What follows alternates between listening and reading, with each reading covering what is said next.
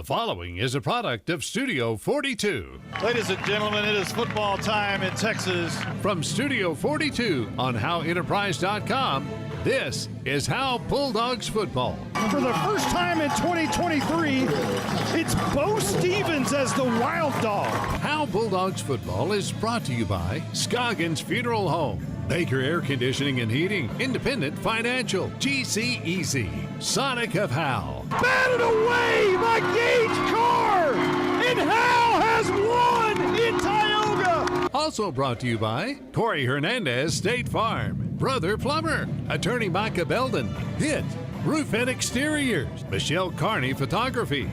Riddle me this. Knox leaps and bounds into the end zone. Also brought to you by Howe Athletic Booster Club, TechWave, Knight Furniture, Ed Meacham State Farm, the Llama Realty Group. It's picked off at the 45. Coming near side, B.U. Omer in the house. Also brought to you by All In Custom Gutters and Christmas Lights, Texoma Land and Home Realty Team, Rapid Electric. And we want to line it up, and hopefully we do that a whole bunch more times. Now let's open the Rapid Electric tailgate party and join the voice of the Howe Bulldogs, Monty Walker. Last week, Howe lost to Leonard 56-22 in the Cedar Tree Palace, but maybe more importantly, lost Knox Bounds midway through the game with a concussion. That will take him out of tonight's game with Gunter. The Dogs now find themselves clearly behind the 8 ball at 0-1 in district play with Gunter tonight and Bells next week. Gunter is once again undefeated and coming off an undefeated state championship. No one, and I mean no one outside of the locker room, gives Howe a chance to compete in this football game. But playing with nothing to lose is not such a bad position to be in. Howe owned the Gunter Tigers in the 1900s, but Gunter has reversed the trend in the new century and owns the Bulldogs. A year ago, Antoine Rattler shocked the Tigers by nearly scoring on the game's first play. Howe had the state abuzz in the first half, and their 21 points scored was the most on the Tigers all year. But if Howe were to win tonight, they would have to play perfect, and Gunter would have to play their worst game ever, perhaps under Jake Fizzell.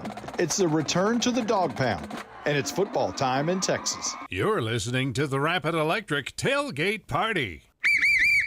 Here's some things to never mess with if you're not a trained professional. Caging a bulldog. Removing copperheads. And electricity. Don't get shocked. Call Rapid Electric. Rapid Electric is here for all your electrical needs. Just like you wouldn't try to become a pro boxer or president. Not a joke. You need a pro to keep your electricity humming. Don't get shocked. Rapid Electric serves the Grayson County area. Call them at 903-421-8100. I'm attorney Micah Belden, an old-school black and white Howe Bulldog. In criminal defense, you need someone who fights like a bulldog. Call me now if you've been investigated, arrested, or charged with a crime in North Texas. My number is 903-744-4252. We'll set up a free consultation. You will find out that I'm rough, tough, and I can't get enough. I'm board certified in criminal law by the Texas Board of Legal Specialization, Principal Office, Sherman, Texas. Visit my website at shermancriminallawyer.com. At Grayson Cullen Electric Cooperative, GCEC, we have been around for over 80 years and are governed by 7 principles: open and voluntary membership, democratic member control, members' economic participation, autonomy and independence, education, training, and information, cooperation among cooperatives, and concern for community. One of our communities is Howe, Texas, and GCEC is proud to support the Howe Bulldogs. You might know that State Farm agent Corey Hernandez has great service. Corey is your good neighbor after all. But did you know State Farm has surprisingly great rates too? That's right. State Farm agent Corey Hernandez is here to help you select the right protection at the right price. Corey will make sure you understand your State Farm coverages so you'll know what to expect if the unexpected happens. Call State Farm agent Corey Hernandez at 903-893-8400 or visit insurancequotetexoma.com. When you want the real deal, like a good neighbor, State Farm is there.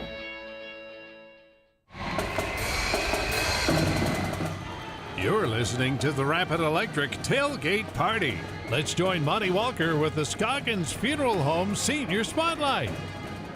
This week's Senior Spotlight is Colin Murphy, the quarterback. And now you were not going into the season with that thought, I bet. Talk about that. I was not. I mean, I just kind of got put into it. First game, I was not looking was not ready for it, at least. But, I mean, I got out there, and, I mean, it happened, and I'm still there. So, what went through your mind when you were told to go in against Honey Grove? When they actually said, hey, you lead the offense, what was going through your mind? I was very surprised. I was a little nervous, obviously. I was just like, okay, here it goes. And then I just go out there and just do it. So the coaching staff said you were going to be the full-time quarterback after the Tom Bean game. How did that happen, and how did that make you feel? Well, actually, I didn't hear anything about after the Tom Bean game. I heard about it after the Commerce game when it got rain delayed. I heard it during the rain delay. Actually, Cooper came up to me and told me that he's like, hey, Coach said when I come back, I'm a receiver. You're still quarterback. So I just went and told Michael, center, and then it just went on from there. Has the importance of the position changed you at all? Yeah, I mean, obviously it's a very important position. I mean, it just seems more. I mean, it's just more important to me, really. I mean, it's just helps with being there. So your leadership, that I'm sure that changed a little bit, going from just in the huddle and then going to your slot position to actually leading the huddle. I'm sure that had a big impact on you. Yeah, I mean, I'm used to being in the back of the huddle, and then now I'm at the very front calling all the plays, which is it's a lot different. But I mean, I like it. I mean, honestly, it's really nice that you get to do that. Who's your favorite teacher here at Howe High School? Favorite teacher, I'm gonna have to go with Miss Nail. A lot of people do. I'm saying like half of the people say Miss Nail or Miss McCall. Yeah, I was going to say it's very close between Miss McCall, Miss Nail, and Miss Friedman. Very, very close. Who's your favorite coach? Ooh, oh, great. Favorite coach, I'm going to have to go with Coach Graham. I'll go with Coach Graham on favorite coach. It's just because of this year, he's helped with the quarterback position. He's helped with the offense, and it really seems like we've got a closer bond this year. What's in store for Colin Murphy after high school? After high school, honestly, not too sure quite yet. Maybe go online for 2 years. Then go to an A&M campus and probably studying business. How was homecoming? Homecoming was great. Homecoming was actually very good. I liked homecoming. Took a date and talk about that. And are you a dancer? Yes, I had a date. It was good. Went and took pictures. Went to eat. I'm not much of a dancer. I mean, I think I can dance. I'm not the greatest, but I'm not the worst.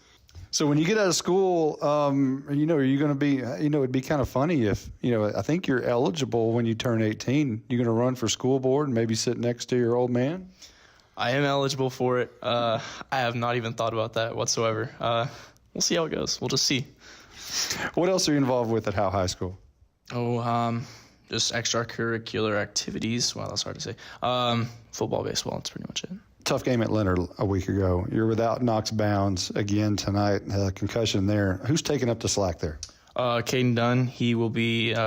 He's great. I mean, he's got speed. He's got a lot of speed, just like Knox. I mean, honestly, you can kind of think of him like the same person a little bit. They both have a lot of speed. Gunter is tonight. Thoughts? Gunter's a good team. Gunter's a really good team. Honestly, we'll go out there and we'll put some numbers on them and we'll see how it goes. That's your senior spotlight. Quarterback Colin Murphy. Tonight's Senior Spotlight has been brought to you by Scoggins Funeral Home. You're listening to the Rapid Electric Tailgate Party. No one wants to talk about losing a loved one. The grief that is put on your family is troublesome. Scoggins Funeral Home strives to make that most difficult time the easiest. We want your loved one to be sent off in the best way possible, with your wishes at heart. Call us at 903-482-5225 or visit our website at scogginsfuneralhome.com. 903-482-5225. Our location on Van Alstyne Parkway makes everything close for your needs. 903-482-5225. Scoggins Funeral Home. Who's your local plumber? Brother Plumber. It's good to know someone local and someone you can trust when your home or office drops the ball. Main line break, 15 yards. Brother Plumber is plumb professional and serves not only Howe, but also all of Grayson County. And you can save yourself 10% if you mention Go Bulldogs. Visit us online at brotherplumber.com. We'd love to help. Brother Plumber is one call away at 469-968-4487. Visit us online at brotherplumber.com. Remember, Go Bulldogs.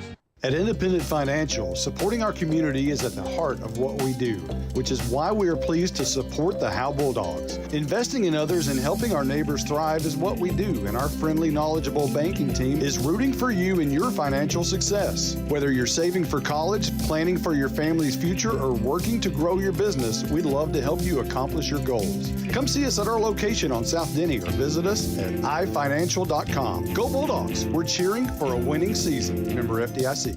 Here's some things to never mess with if you're not a trained professional. Caging a bulldog. Removing copperheads. And electricity. Don't get shocked. Call Rapid Electric. Rapid Electric is here for all your electrical needs. Just like you wouldn't try to become a pro boxer or president. Not a joke. You need a pro to keep your electricity humming. Don't get shocked. Rapid Electric serves the Grayson County area. Call them at 903-421-8100. You're listening to the Rapid Electric Tailgate Party. Let's join Monty Walker with the Independent Financial Coach's Corner with Lance Bryan. Coach, Leonard's offense was as advertised last week. They look to have all the components you need for postseason play. You know, they're a really good team. Their quarterback is a really special player, and you know, unfortunately, he played like a special player against us that night. He threw for over 300, and he was really nimble in the pocket. You know, like he's a big track guy, and he's a triple jumper, and so he's got a lot of athleticism. So he's able to keep a lot of plays alive, and you know, whenever you're able to do that, it makes it tough to cover downfield. We had a lot of guys in positions, you know, close to make a play, but he put the ball on the money a lot and put the ball where, you know, his guys could catch it, and our guys weren't able to make the plays, you know, at times, and so he kind of carved us up a little bit. But yeah, they're definitely a really, really good team. You know, they barely missed out on the playoffs last year, you know, due to the tiebreaker. You know, but they look like they have all the elements to make a little playoff run this year. The loss was tough enough, but then you lose Knox Bounds to a concussion and midway through the game, and that'll have an effect on this game. Talk about the loss of Knox. You know, he's been a key component for us offensively. He was, you know, he had a big kickoff return for a touchdown in the second quarter, kind of kept us in it for a little bit. And, you know, he's a big part of our offense, you know, so we're going to have to lean on Caden Dunn. He's been spelling him a little bit, and he came in the second half, and, you know, he made some good plays. And so he'll get a chance to be the feature back and see what he can do. And we're going to try to, you know, spread the ball around a little bit more. I don't think there's any one guy that can take, you know, everything that Knox does. And so we're going to have to rely on some other guys to step up and make some plays. And you know, Jeremiah Thornton made a really big catch to convert a fourth down into a first down, and you know, he's been kind of really coming along and at receiver this year, and so we're gonna have to, you know, everybody's gonna have to step up and kind of, you know, fill that hole. The injuries and such have caused you to dip down to your JV for call-ups. Who'd you call up? We called up Bryce Piper and Charles Furr, and both of those two both play linebacker. They also play some running back and H-back. We primarily think they're going to be playing mostly on special teams and at linebacker. You know, we don't look at freshmen to bring up, you know, and you know, we try not to do that as best we can, you know, but you know, these two guys have been making plays on the JV all year, and you know, I think at this point in time they're mentally and they're physically ready to contribute, and you know, so we're looking forward to seeing what they can do. Ethan Mayo and Tank Turner had a ton of tackles last week at Leonard. Talk about your defense a little bit. You know, those guys up front have been a really consistent for us all year. You know, Ethan Mayo has made a lot of plays all year, and you know, he kind of stepped up and probably had one of his better games. You know, chasing down the quarterback's really tough. You know, they say all the time, you know, that there's the hardest thing in football is to pass rush and then get up and do it again and again and again, just because of how exhausting it can be. And you know, he had to do that all night, but he still ended up with a whole bunch of tackles. And Tank Turner's been a guy that's been consistent for us, you know, ever since he's been pulled up. You know, we know exactly the kind of effort he's going to give. He's always going to give everything he has all the time, and from, you know, the first play all the way to the last play. And when you play as hard as he does, you're going to end up with a lot of plays. And so, you know, he did that. And, you know, defensively, you know, we gave up a lot of points, so it kind of hurt, but we did have some individual guys, you know, really stand up and stand out. And our defensive line really played pretty decent, you know, all night. We controlled the run. You know, we gave up a lot of yards in the passing game, but, you know, the defensive line did a good job overall.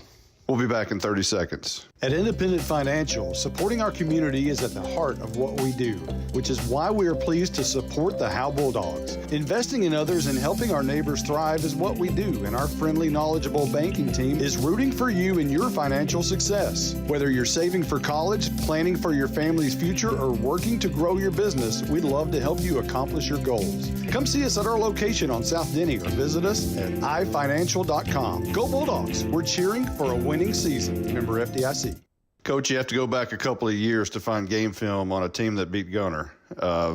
What have you seen from them so far on film? You know, they're incredibly deep. You know, they suit up 56 guys on their varsity, which is a lot. And so that gives them, you know, depth everywhere, you know, not just, you know, ones and twos on offense and defense, but they have, you know, entirely different units running out on special teams. And so, you know, they get a lot of specialization, which obviously helps them. They do have some guys that play both ways. You know, some of their more special players do ended up contributing on both sides of the ball, but you know, they have a lot of guys really locked in on, you know, just their one position. And so, you know, that's going to be tough. And so, you know, they're kind of a well-oiled machine. You know, getting 6 extra practices a year like they've been getting for several years in a row really adds up to a lot of practice time. And you know, they've been able to get their backups a lot of reps in a lot of the games that they've been in due to how good they've been. They've been in a lot of lopsided games, and so they're able to rotate guys in. And so, you know, incredible depth is something that they definitely have. And so that's one of the big things. But, you know, they run the ball really well. Their quarterback is a smaller guy, but, you know, he really hides behind his offensive line, and they do some tricky stuff with him in the backfield that, you know, makes it kind of hard to see where the ball is all the time. And, you know, when he does throw it, he puts it on the money, and he's got receivers that can go get it. And so, you know, they're going to be a really tough opponent. You know, last year in this game, the first half was some of the most fun, I think, that the Howe fans had all year. You scored 21 on Gunter, most by any team during their state championship season. Antoine had that huge run on the very first play of the game. I would imagine you're going to slow it down a little bit this Friday night, but just reflect a little bit maybe on last year and how much fun that was to surprise North Texas in the first half. You know, I don't think anybody really gave us a chance last year. And you know, we came in and, you know, we were a big underdog going into that game. We were a big underdog the whole season, really. And, you know, we kind of came out and we had a plan in mind, and there were some things that we thought that we could, you know, hit on. And, you know, and you always do going into every game.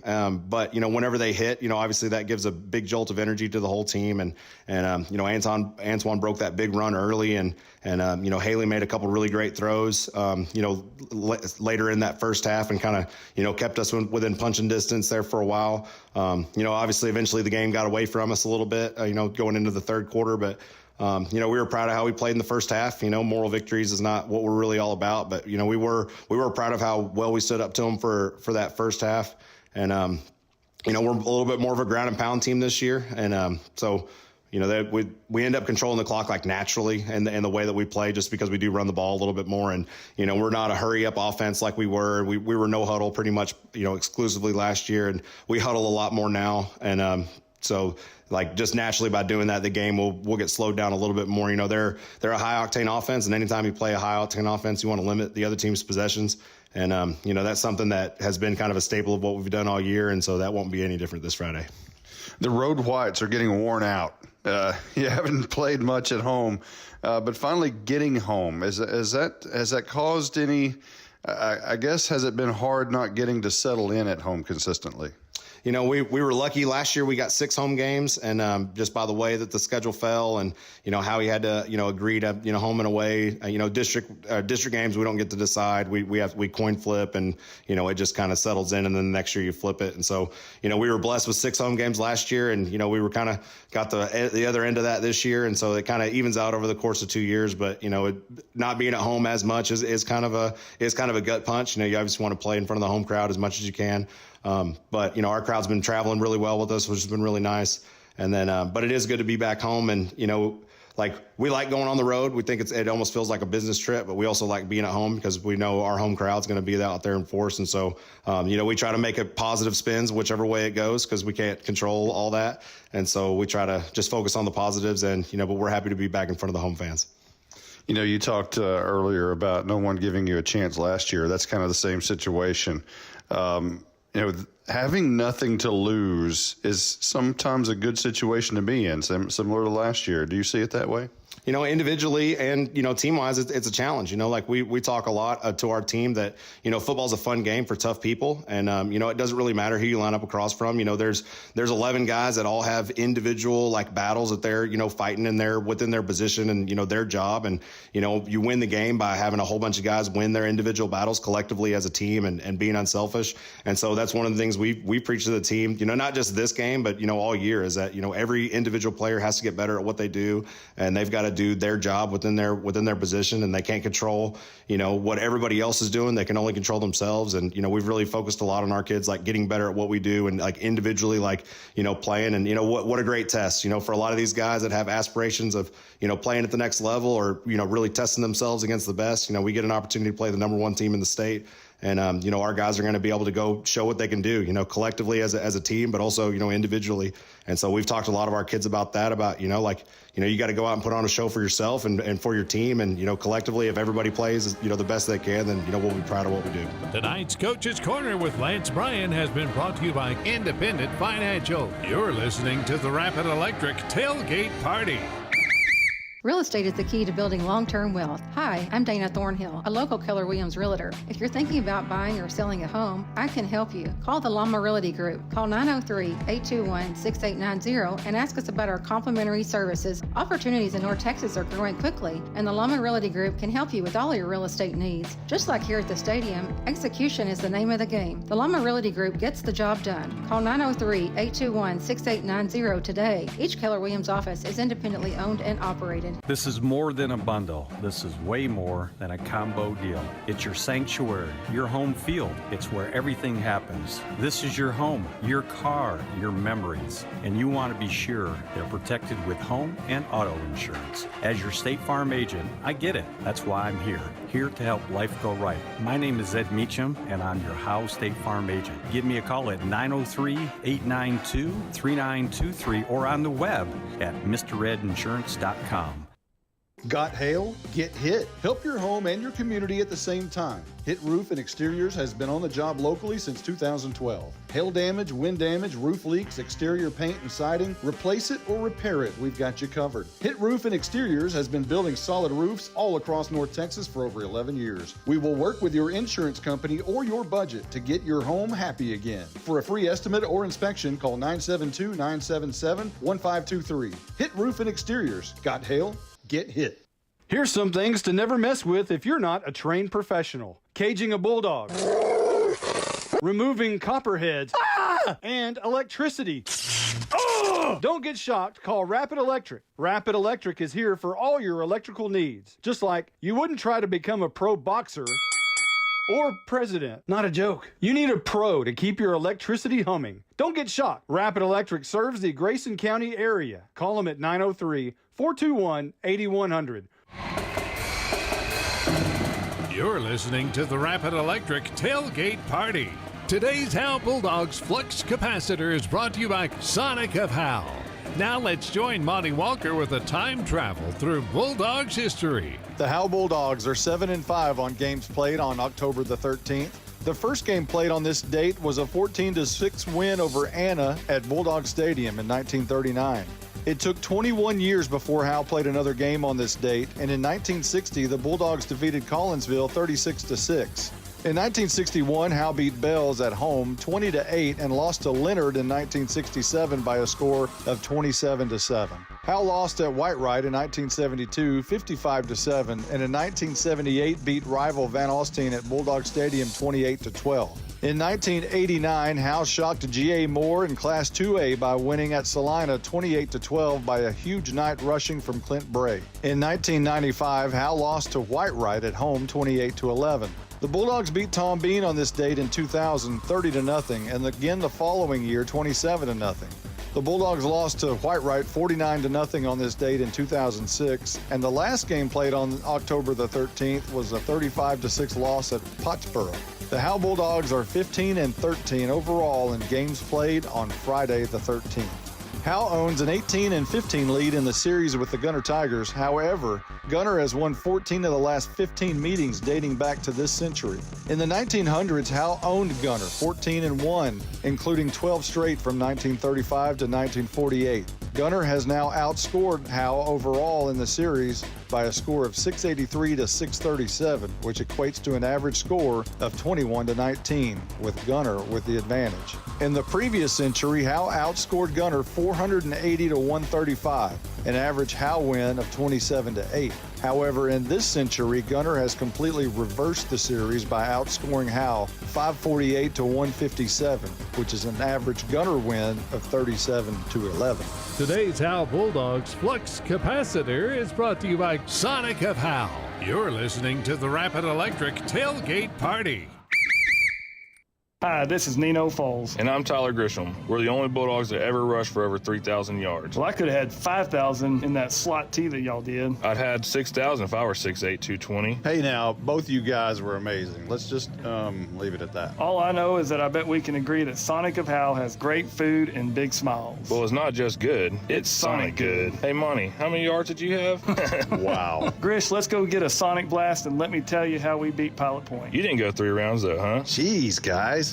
This is Coach Jim Fryer. Hello, Howe Bulldogs. This is Coach Joey McQueen. This is Coach Davey Dubose. Hey, this is Coach Lance Bryan. I want to personally invite you to join the Howe Athletic Booster Club. They help us in every sport, girls and boys and middle school as well. From the doghouse at the Dog Pound, the Howe Athletic Booster Club raises money to help us through hosting powerlifting meets, running volleyball concessions, and especially through the sales of our Howe Bulldogs Black and White Game Day program. You can pick yours up at each home game. Help us light it up by joining up with the Howe Athletic Booster Club. Have a great year, Bulldogs. This is Roger Tidwell, the PA dude here at Bulldog Stadium. The radio guys and I always fight over how hot and cold it is up here in the press box. But if the AC ever quit working, not only would Walker finally shut his trap, he would call Baker Air Conditioning and Heating. Baker Air Conditioning and Heating has been in Howe for over 50 years. They've been in business that long because they're just good people. Call 903-532-6255. That's 903-532-6255. Shut up, Monty. Here's some things to never mess with if you're not a trained professional. Caging a bulldog. Removing copperheads. And electricity. Don't get shocked. Call Rapid Electric. Rapid Electric is here for all your electrical needs. Just like you wouldn't try to become a pro boxer or president. Not a joke. You need a pro to keep your electricity humming. Don't get shocked. Rapid Electric serves the Grayson County area. Call them at 903-421-8100. From Studio 42 on HoweEnterprise.com, this is Howe Bulldogs football. You've been listening to the Rapid Electric Tailgate Party. Football time in Texas is just moments away. Now, with the call of the game, here's the voice of the Howe Bulldogs, Monty Walker. Good evening, everyone, and welcome to Bulldog Stadium. Monty Walker along with Justin White, Caroline Slauson, Stephen Braswell, Jake Roberts, and in the second quarter tonight, you'll hear from Eddie Meacham. Ed Meacham, State Farm. He's going to join us in the booth. He and I did K-10 Game of the Week 14 years ago. Sherman, Dennison, and Durant. We got to go 15 rounds. Dennison was really good that year, and Ed will join us, and we'll talk about that later. But tonight it's the Howe Bulldogs and the Gunter Tigers. Justin, no one gives Howe a chance tonight outside of that locker room behind us, and we hope that they feel they have a chance tonight. The Gunter Tigers are extremely impressive. Speed, not overly large. They're not a huge team by any means. The only thing large about them is the roster. Now, if you want to look at their roster, they're hanging about 50 over there on the sideline, and their roster looks like a Southeastern roster or something like that. Everybody comes out for football in Gunter, looks like. Yeah, for sure. You're waiting on one of those massive Melissa-type stadiums to be built over there in Gunter someday, and you know it's going to happen if they continue this streak of success. Head coach over there is Jake Fizel. He won his 200th game last week against Bells in a rout. He's 200 wins and 29 losses from 2007 to current. That is impressive. Last year, of course, 16-0 state champs over Paw, 42-7. The year prior to that, 15-1 state title game, lost to Franklin 49-35. In 2020, the COVID year, everybody masked up for a state semifinal loss to Canadian 33-6. They went 13-2 that year, a down year. 2019 state champs, 15-1 over Paul Pewitt, 43-22. 2018, 15-1 state semifinal loss to Canadian, 17-7. 2017, 15-1 state title game loss to Newton, 40-16. 2016, they were 16-0 state champs, just like a year ago. That year they beat Bowling 43-7. And then you get into the lean years, so to speak, for the Gunter Tigers. 2015, 8-4 by-district champs. 2014, 12-2 regional champs. In 13, they were 9-3 by-district champs. In 12, they were 10-2 by-district champs. 2011, 10-3 area champs. 2010, 9-5 regional champs. 2009, 11-1 by-district champs. 2008, 10-2 by-district champs. 2007, 12-1 area champs. Quite the resume for head coach Jake Fizzell. And sometimes you wonder, you know, at some point, does he go somewhere else and take a 5A job or something like the 6A job? But no, he stays home. He wants to be in Gunter and obviously having so much success. Yeah, he's building a program here, and eventually, right now, as they live in Division II, you got to think at some point, you know, this thing starts to get bigger and gets bigger. You know, I mean, he's probably had the job offers come along, and as you said, just kind of stays home and just builds his program, gets bigger and bigger, and eventually it's going to grow into 3A Division I, and I got to think at some point they're going 4A and up. Well, they had the opportunity to go 3A Division I last time. Yeah. And that's what I say. They're living in 3A Division II, and they've been here for a while. They pull out the trick bag, and I'm not sure. You know, they could say the same thing about Howe. Howe was 3A Division I and bumped down to Division II.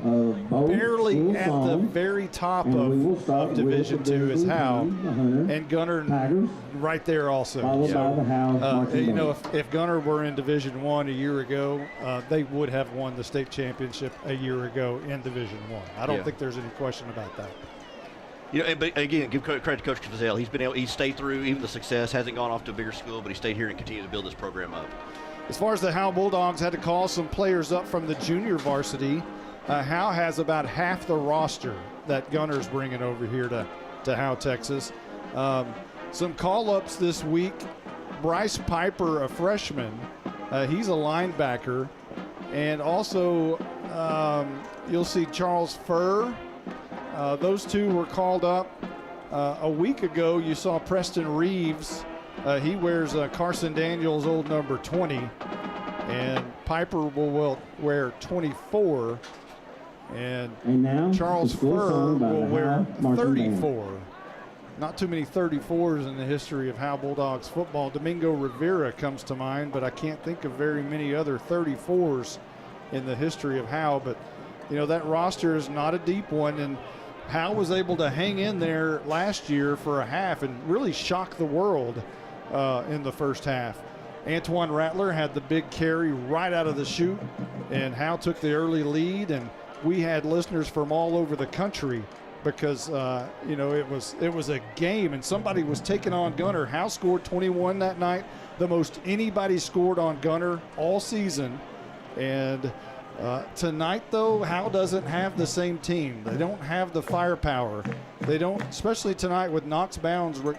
He's not playing tonight. He had the concussion a week ago, so protocol rules him out tonight. So not only do you not have Antoine Rattler, and you don't have Austin Haley, you don't have Ryan Huff, and Cooper Jones is not split out wide anywhere close on the field. So you've got a totally different dynamic offensively, and Howe is just going to try to run the football, you would think, and kill the clock. Yeah, I think one of the keys of the game is going to be to keep that Gunter offense on the sidelines and kind of make this game a shorter game as much as possible. Yeah, that game last year. Yeah, I remember the Antoine Rattler came out the gate and I don't think he scored. Did he score right on the first play or got down to the one? He got down to the one. Yeah. But Howe came in there and punched him in the mouth. And I don't think I think Gunter always expects a team to come out, and go big against them, but I don't think they expected that right off the bat against Howe. And Howe hung in there for at least a half. Roger Tidwell, we were talking earlier before we went live that he was at home listening to that game, and when Antoine was running for daylight on that play, his eyes got big, and he could feel the electricity through us because we were obviously ecstatic because it kind of shocked us as well. What a moment that was, and it led to great things for a half. But, the reason I brought that up is Howe, or Gunter rather, even if they're in a tight game at the half, which they never are, but even if they were, their roster is so enormous that they can just wear you down. They've got a complete different team of kickoff and kickoff return that don't play offense or defense, and rarely do any players play on both sides of the ball. Now, you've got some special players that do, but they have so much depth, and Howe does not have that depth. Howe's playing players both ways, and they're at a different level of I guess what's the word I'm looking for? In shape. But conditioning, yeah, that's the word I'm looking for. It's a different type of conditioning Howe's in at halftime rather than Gunter. They're basically fresh over there, whereas Howe and other teams similar to Howe with a similar size roster are just spent faster. Yeah, and 2A, 3A, and football. I mean, it's kind of Iron Man football, as you said. But teams going both ways, and when you can be a 3A school and afford to go basically too deep and have extra special teams. I mean, yeah, that's it. And then a lot of those guys who are the twos are getting a lot of playing time because of these lopsided wins that they've had. So they've got some of those younger guys are getting playing time. Let's see if we can speak to our Night Furniture sideline reporter for the first time. I think she's talking to Angie Liss. Angie has some big news from the band over the past couple of weekends. Let's see if we can talk to Angie as well. Can we? See if she'll talk. Can I talk to you? That you have some big news from the band. Can you tell us what it is? Into area? Yeah, talk about the ones and all of that. Oh, talk about the ones and all of that. Yeah, so we got straight ones on Wednesday, so that means we'll advance to area on October 28th. So it's been a successful season so far. We've won several trophies at our first two contests. So having fun. Very nice. Hey, I feel like that's regular. It's like, oh yeah, area, all those ones. That happens all the time. Yeah. Hey, temperature tonight. It's football weather. Yeah, I got a sweatshirt on, y'all. I got a sweatshirt on. 68. I just checked, and I really thought I'm just gonna take it. I'm not gonna need it. I've had it on all day. It's amazing. Someone's calling my name. Oh, hi. Yeah, she's famous down there. But yeah, it's a nice night, and it's what we've been waiting for. I hate that y'all are in there trapped. Yeah, have you talked to the officials and let them know that you'll be in the coin toss? Yes, yeah, we've had them before. They were here for we're old friends, these guys. Me and these guys. Old friends. Yep. Which game was it that you? Tioga. Okay. They were at Tioga. Yeah. Be sure and tell them that Howe never holds. That's one good thing about doing Howe games. I'm gonna let them know. We have a theory that this stadium has the most yellow flags. I think there are a lot of yellow flags against Tioga. And we're not going to continue that tonight. Yeah, let's hope not. Let's hope not a lot of penalties against Howe. Gunter is coming out on the field for the first time. They will wear white jerseys with blue numbers. Block numbers, good to see that. White helmets. They have a couple of helmets they've been sporting here in the last several years, but white helmets with the blue stripe down the middle. Blue pants. Solid blue pants, and that's royal blue, not navy. And the Gunter Tigers in their road whites tonight, and they're coming out on the field, and there's a lot of them coming out of the gate. They're just going to keep on coming. It's like the brigade coming out. I thought they were done, and here comes another 20 or so. And then the Howe Bulldogs, it's a pink out night for the Bulldogs in all black, not pink jerseys, but black jerseys, black pants, black helmets, the traditional home look, white numbers.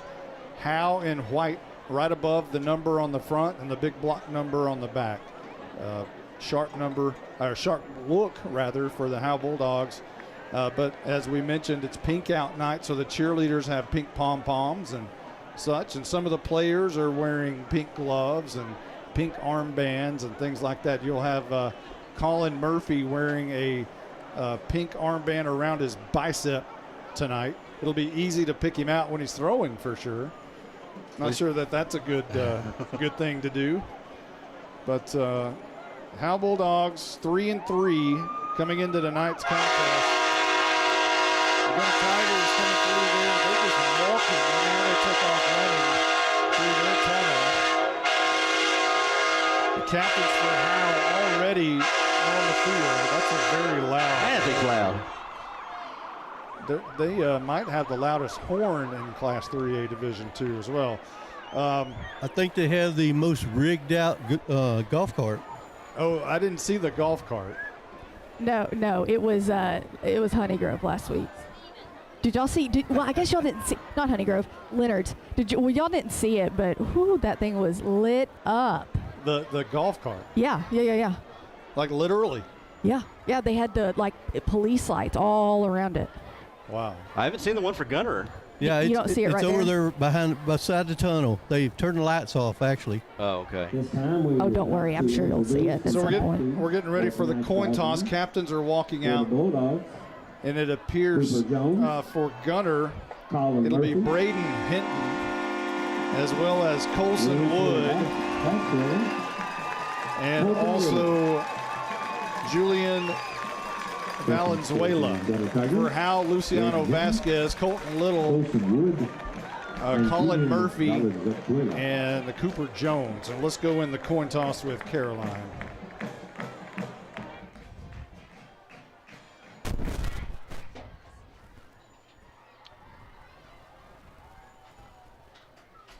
I'm not sure we're able to pick it up. Tell Colin Murphy he's standing in our way. There's the toss. It is head. Okay. There we got some of it. It's heads. Won the toss. Howe has won the toss. Want the ball? Where would you like to kick it? And Colin Murphy says we want the ball. So Howe will turn around. Thank you, Caroline. Howe will turn around and face their back to Hughes Street. And that's South Hughes Street. And they'll be traveling north to start this football game from right to left from our vantage point.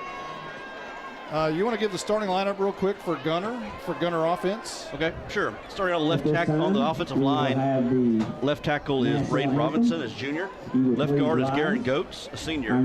Center is Luke Bullard. Right guard is Jonah Ferguson. Right tackle is Braden Nelson. Wide receiver is Cannon Lindbergh. From Salina. What's that? From Salina. Oh, is he still? Other wide receiver is Colson Wood. The slot and tight end is Kane Bolt. Jay Smart is other slot. Brock Bodie is a halfback, and then quarterback is Walker Overman. And we're just about ready for the national anthem, I believe. It's a different national anthem than we're used to. Here we go. It's at the intermediate school, right?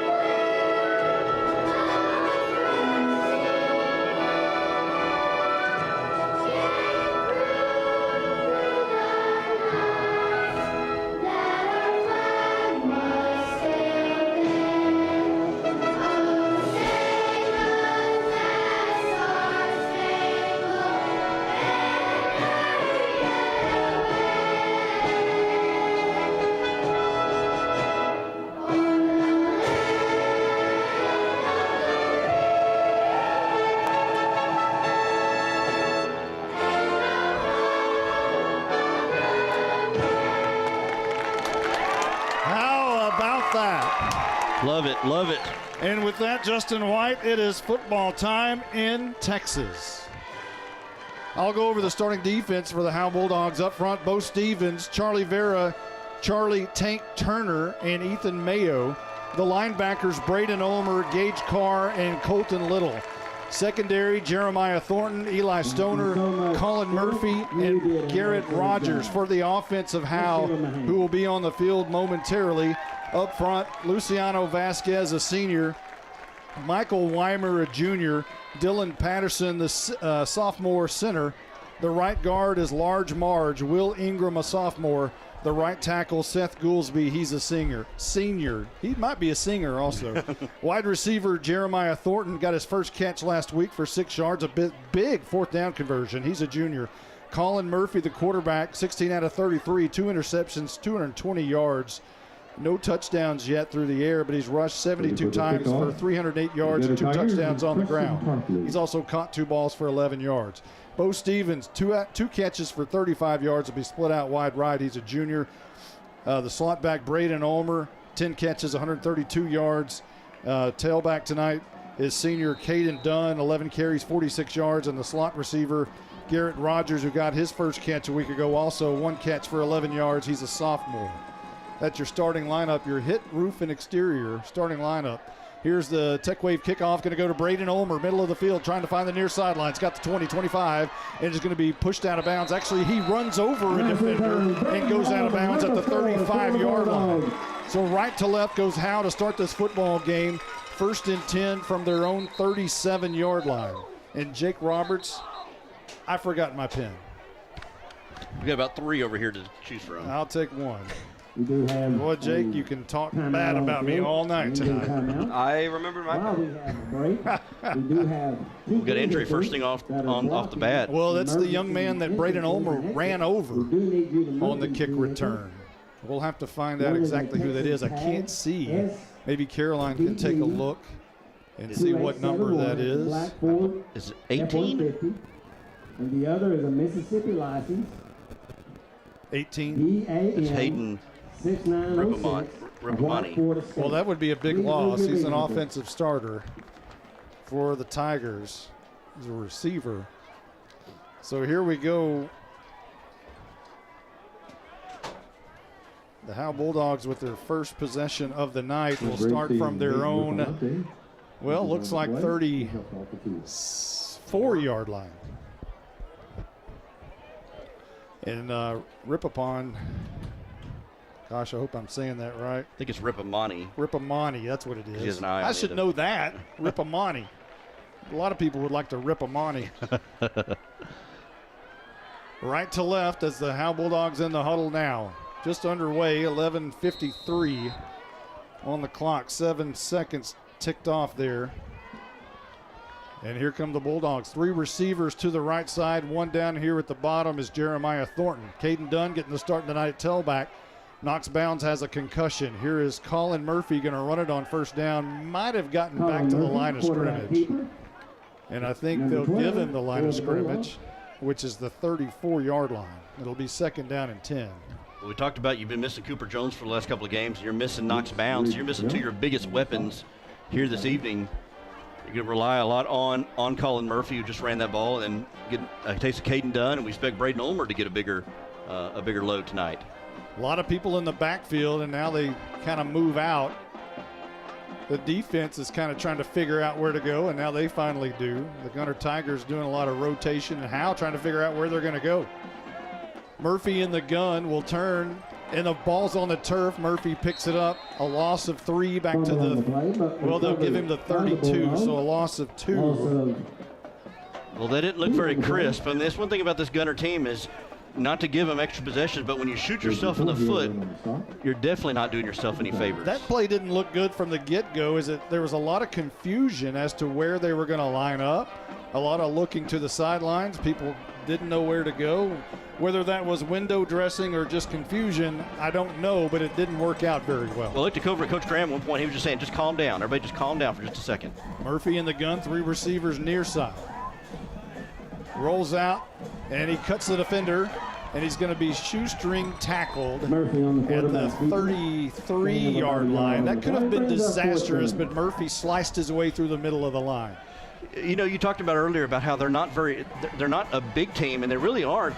They're fast, but they get off that line quick. Murphy rolled to his left and immediately had to cut back, and Gunter did a great job of staying home and chasing down Murphy almost immediately. Easton Overman back deep to return this punt, and Jonathan Garcia gets off an end-over-end kick that bounces at the 50, a good roll to the 38-yard line. And the Gunter Tigers with the interlocking GT logo will come on the field for the first time on offense tonight. 9:44 on the clock. We're just underway at Bulldog Stadium. They had their first possession, did the Bulldogs, and went 3 and out. And now the Gunter Tigers step on the field for the first time from their own 38-yard line. They'll send 3 receivers left. Overman, the quarterback, fakes the hand, throws a little bubble screen that's going to be caught by Limburg.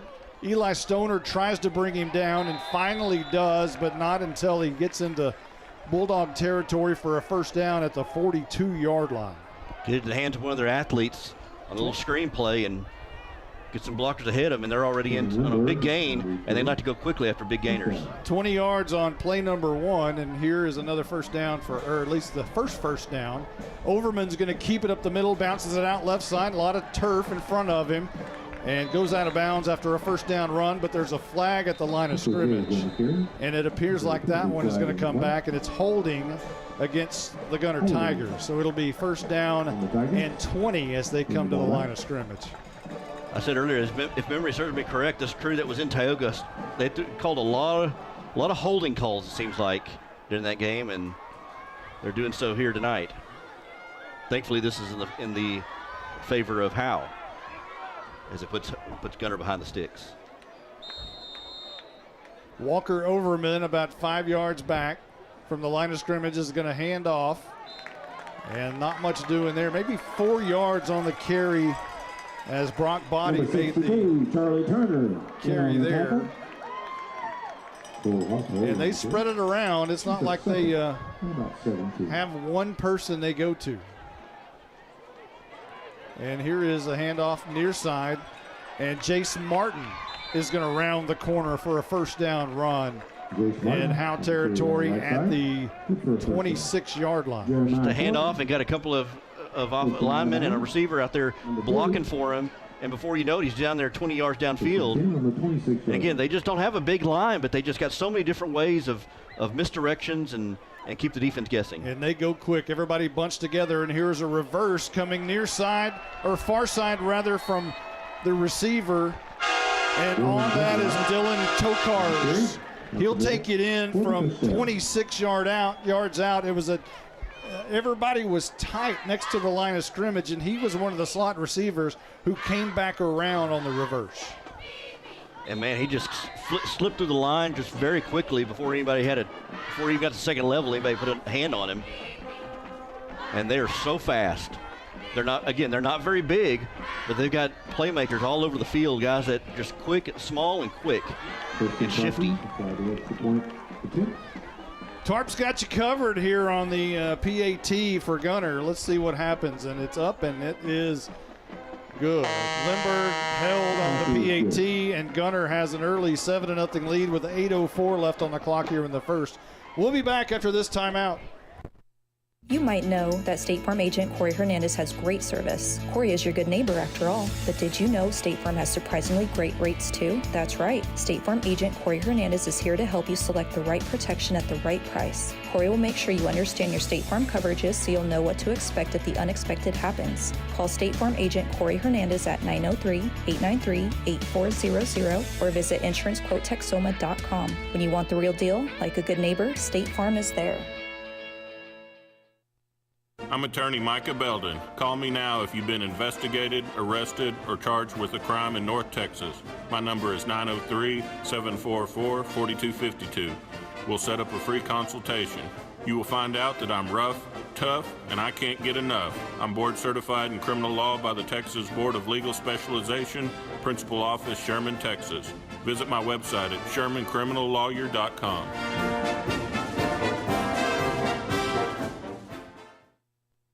Your hit, roof, and exterior scoring drive recap for Gunter. 4 plays, 62 yards. And it was a 26-yard touchdown on a tight slot reverse to Dylan Tokars for 26 yards. Here's the Tech Wave kickoff, going to be taken at the goal line by Braden Ulmer. Stutter steps at the 7-yard line, breaks out a little bit to the right side, and he'll be brought down at about the 16-yard line. Whiteboard escape. Well, again, we talked about how you're going to try to shorten this game and keep their offense off the field. In order to do that, you got to not have stupid plays where like on the last drive, where they drop the ball, drop the snap, and put yourself behind the sticks. So they'll spot it at the 17, which is where Howe will start their second possession with 7:57 on the clock here in the first, down 7-0 to Gunter. Murphy comes out with Caden Dunn split out a little bit further than normal to his left, and he gets the handoff here, running over right tackle, gang tackled by a bunch of white jerseys. He might get a yard up to the 18, and I think that's where he's going to be marked down. Seems like a lot of times this season that hole on the right side is opened up, but that time there was nothing there. Number 52, Alex Puga, was right there in the middle of the linebacker with the tackle. Dylan Patterson breaks the huddle, comes to the line of scrimmage, 2nd down and 9 coming up.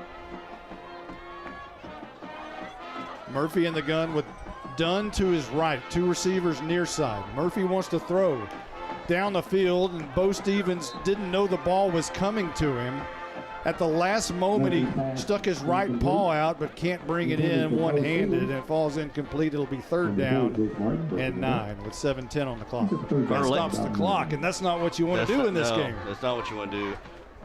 Carter Layton, the defensive tackle, got off that. I mean, it was almost like he was offside. He timed the snap so well. He was almost, he beat his guy immediately, and that caused Murphy to get the ball out quickly. Layton's also got a quick bat. Yeah. Baseball player, and does he can swing it. A little bit of confusion again from Howe as Bo Stevens finally gets to play, and now he'll split out wide to the near side. Howe traveling right to left. Braden Ulmer goes in motion. This is a handoff to Dunn up the middle. Not much doing there, if any. Might have lost a yard. Back to the original line of scrimmage at the 17-yard line, and he did. So it'll be 4th down and 10 for Howe, and punt time once again for Johnny Garcia. And there is just nothing there between the tackles. I mean, just, again, the fact that they're so fast, they get off the ball so quickly, and they converge on you so quickly. I mean, there's just nothing there. And Howe does not have the firepower that they've had in the past. Again, we talked about that. No Antoine Rattler or Austin Haley. Garcia runs and kicks the ball. It's going to be a wobbly kick bouncing at the Howe 45-yard line. Stops right there. Is going to be picked up by Lindbergh down the far sideline. Got a lot of room and finally brought down at the Howe 17-yard line. It just stopped and no one was around. Lindbergh, wisely just picked it up and went into sprint mode. Well, he did a good job of acting it out and saying, everybody stay away, except for me. And then picks it up and runs it down the sidelines. Almost to the 20, by the 22 looks like. Yeah, it looked like he was just going to let it slide. Yeah. I'm not going to pick it up. Oh, wait, I am. Bam, gone. Mm-hmm. And so they'll spot it at the 22 is where they'll say he was finally brought down. And Gunter, as if they need anything else, they've got great field position. They'll send 2 receivers out near side, one being Cannon Lindbergh, one being Jace Martin. Here's a handoff, right side of the line, and that's actually going to be Walker Overman who takes it in. Tarpley came in at quarterback and handed off to Overman. And that's a 22-yard touchdown on the first play of the drive. Man, nothing to it. Yeah, Tarpley comes in. He's quarterback. Overman's to his left. Overman, we know, is fast. He's only 5'7", 145 pounds, but just squirts through the line like there was nobody there. Overman from Melissa, by the way. So we got Overman from Melissa. Lindbergh from Salina. Anybody else? Tarpley coming on to kick the PAT. Lindbergh will hold.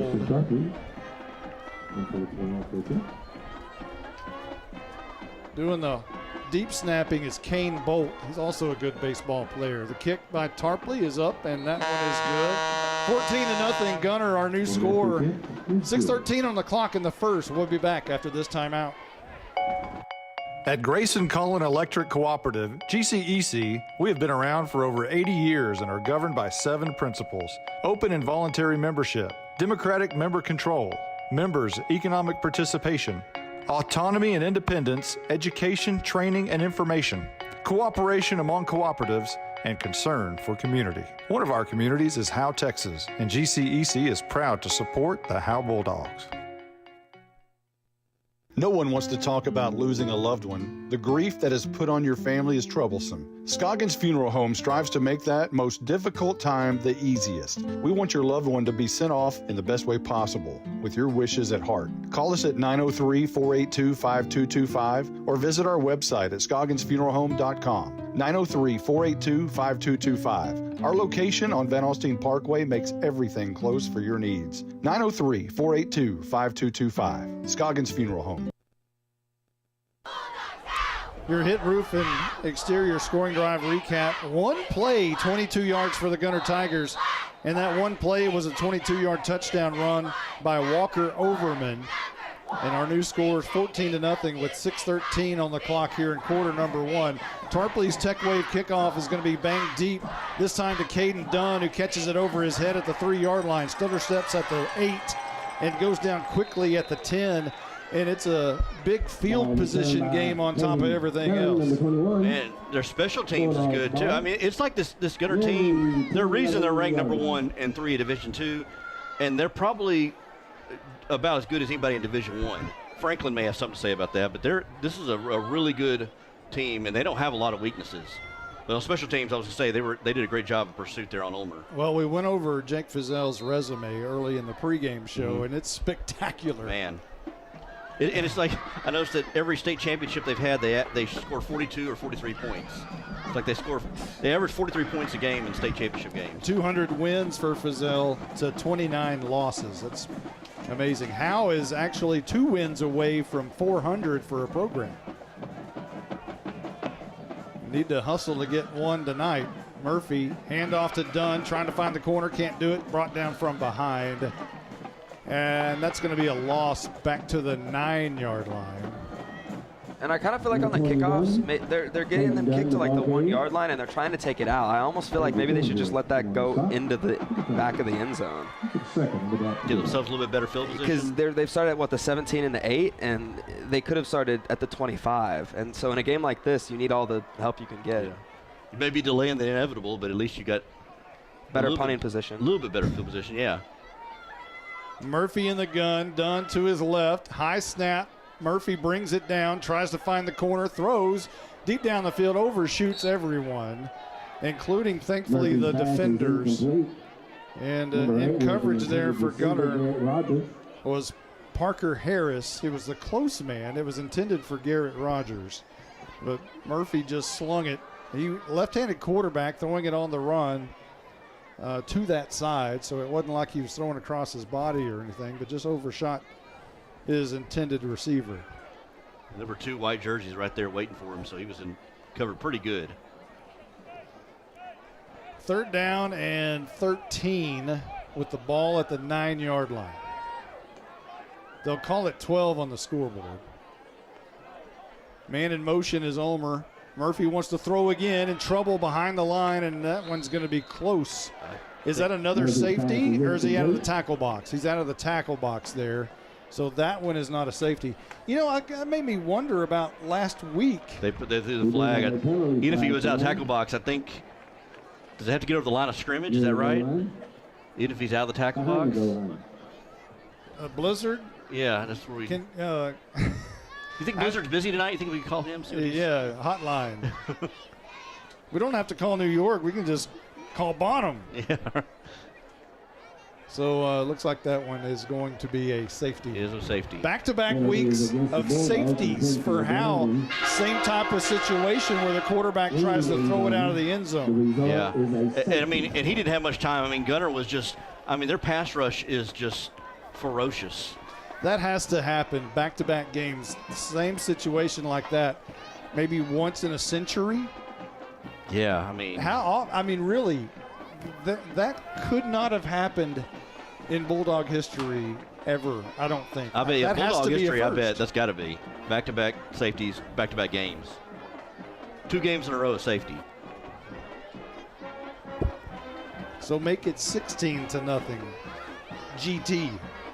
5:15 on the clock. And they're about to get the ball back. My goodness. And to folks listening at home, I mean, Gunter's been doing this to everybody. I mean, they played Bells last week, Bells ranked number 8. And I think it was, they were down 4 or 5 touchdowns by halftime. Yeah, it was a bunch to a little. Yes, it's unreal. So they're doing this to everybody. Rumor always has been that Gunter has trouble trying to find opponents to play. It was a bunch to nothing at halftime last week for Bills. Yeah. It wasn't even something. It was nothing. Yeah, it was nothing. Hey, while we've got you, Night Furniture sideline reporter Carl.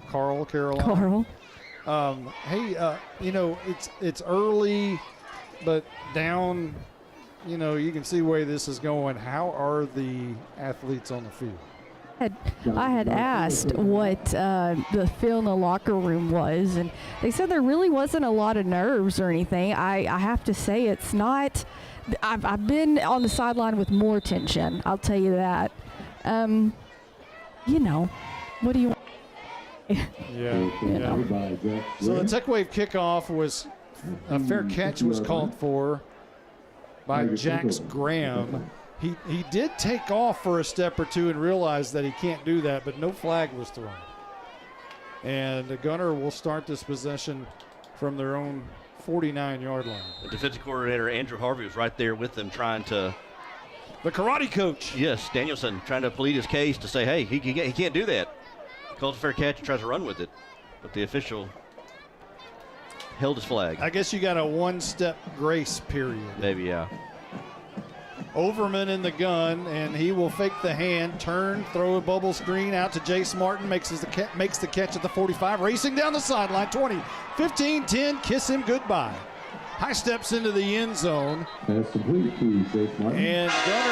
another one-play drive. This one 49 yards on a little screen pass from Overman to Martin. There is a flag on the play. It's going to be holding against Gunter. So the only saving grace from that, bring it on back. It's a holding call against Gunter. So wipe off the touchdown. Where was the flag? I did not see the flag. It's over on the far side, over there by near the Gunter sideline. Okay. And it is holding against Gunter, and they will spot it at the 32-yard line. It's kind of a spot foul. So the infraction must have taken place at the 22. It'll be 1st and 10 for Gunter. They like to score on the first play, apparently. 4:58 on the clock. And here's a run to the left side. Chasing down the sidelines. Slips his way into the end zone. Touchdown, Braden Hinton. As another one-play drive. Man, and just... Actually, that was 2. Yeah, it was 2 because he had the penalty. But he gets the handoff, goes around that left side, and he's a little bit bigger of a kid, a little bit. Runs with a little bit more authority and more power, but still able to score. And just, I mean, everybody gets a hat on somebody. They've got open space wherever they run. There's rarely anybody able to stop them as they go 2-point conversion on the swinging gate. And Overman gets the snap and goes to the end zone for the 2-point conversion. Makes it 23-0. 24. Oh, wait, never mind. So is it 23 or 24? It should be. Wait, it should be 24, right? Because they were. They're 16 and they just got. Yeah, it should 8. be. Yeah, 23. That should be 24. They added. I thought my math was right. Hey, that's what. Tomato, tomato. 23-24. Somewhere around there. Green jacket, gold jacket. We're going to take a quick timeout. 23-0 Gunter. 4:49 left to go in the first. Who's your local plumber? Brother Plumber. It's good to know someone local and someone you can trust when your home or office drops the ball. Main line break, 15 yards. Brother Plumber is plumb professional and serves not only Howe, but also all of Grayson County. And you can save yourself 10% if you mention Go Bulldogs. Visit us online at brotherplumber.com. We'd love to help. Brother Plumber is one call away at 469-968-4487. Visit us online at brotherplumber.com. Remember, Go Bulldogs. Getting ready for the Tech Wave kickoff is Tarpley. Back deep, Dunn and Ulmer and Colin Murphy. Here's the kick. This time it's going to go to Braden Ulmer. He'll catch it at the 4-yard line. Makes a turn, tries to go right, tries to make another right turn. He's going to be hammered down at about the 13-yard line. And again, maybe you're on to something, Jake. Let that ball go. Yeah, I mean, and Ulmer, even when he got it, he kind of hesitated a little bit. It's almost like he didn't know if he was going to call for a fair catch or run left or run right, and decided to finally take off and got maybe 10 yards out of it. I mean, that may have been what caused the safety last drive, because that's how they got backed up. It's a good point. Murphy will run from the sidelines and meet his teammates in the huddle with the play. Talking to him during the senior spotlight, he went from the back of the huddle to the front of the huddle, and he kind of likes that. He's in the gun with Dunn to his right. 2 receivers down here at the bottom, and this will be Dunn looking left, caught from behind the line.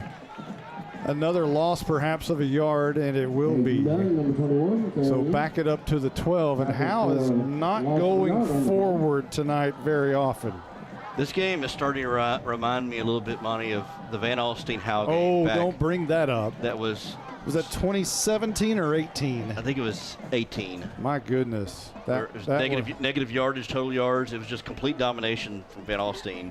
That was a bad game. That was at their place, too. That was the last time they've played, I think. Here's another handoff to Dunn and another loss. This one even more substantial, back to the 10-yard line.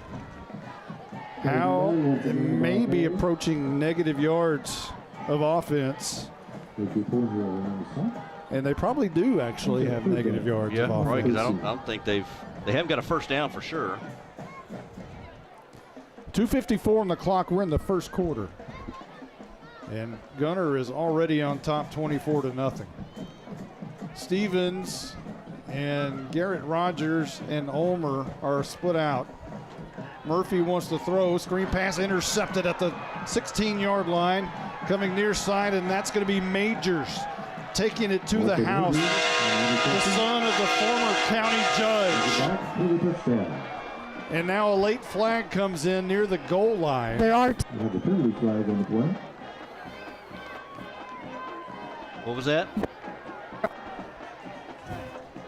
There are 2 of them. Almost got them. You almost get ran over? I almost got hit by one of the flags. Hey, it's your crew. Oh, it's sportsmanlike conduct, yep. It's your crew. Listen. Touchdown is good. Uh-oh. After play. Sportsmanlike, it's Gunter. It probably looks like it was after the touchdown, but Murphy had a little bit of some protection there, had a little bit of a pocket throw, but I think he's been so used to just being under siege, got that out a little bit quicker.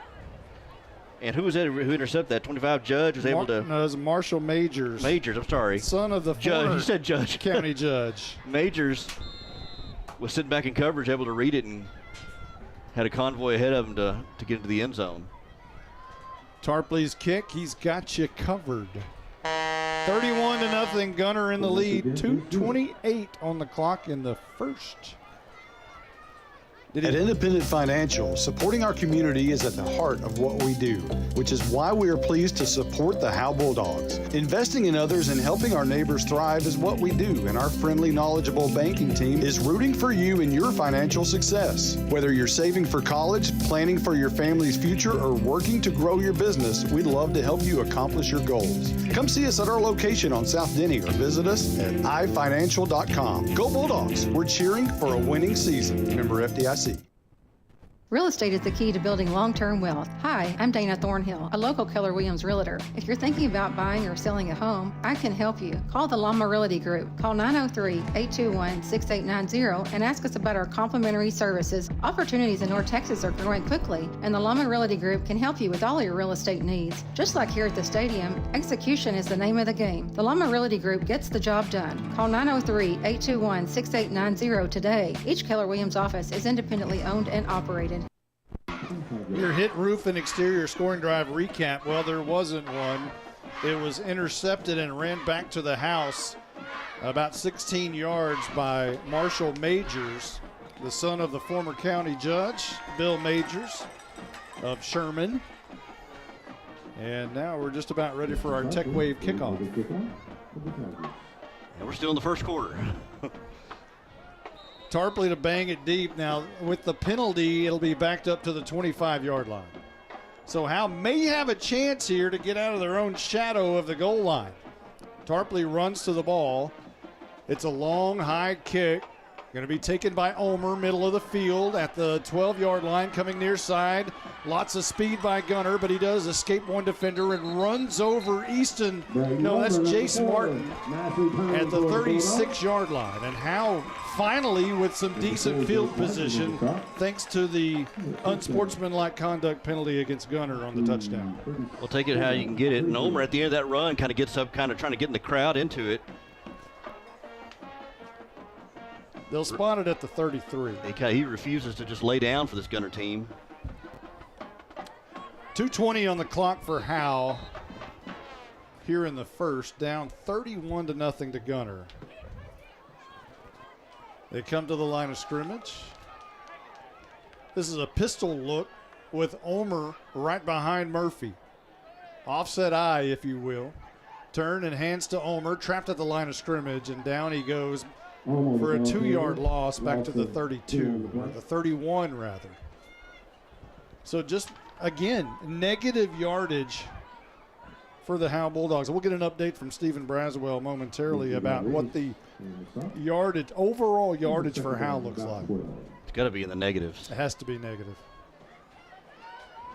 Howe comes back to the line of scrimmage on 2nd down and 12. The clock ticking at 1:49. 3 receivers near side. Murphy in the gun. Dunn stands just to the left of him, maybe a yard and maybe a step back behind him. This will be a handoff. No, Murphy pulled it out, and that one is going to be caught by Ulmer in traffic, but Ulmer hauls it only a gain of about 4 yards perhaps, but it will move the sticks forward, and maybe that'll get Howe closer to 0 in the yardage column.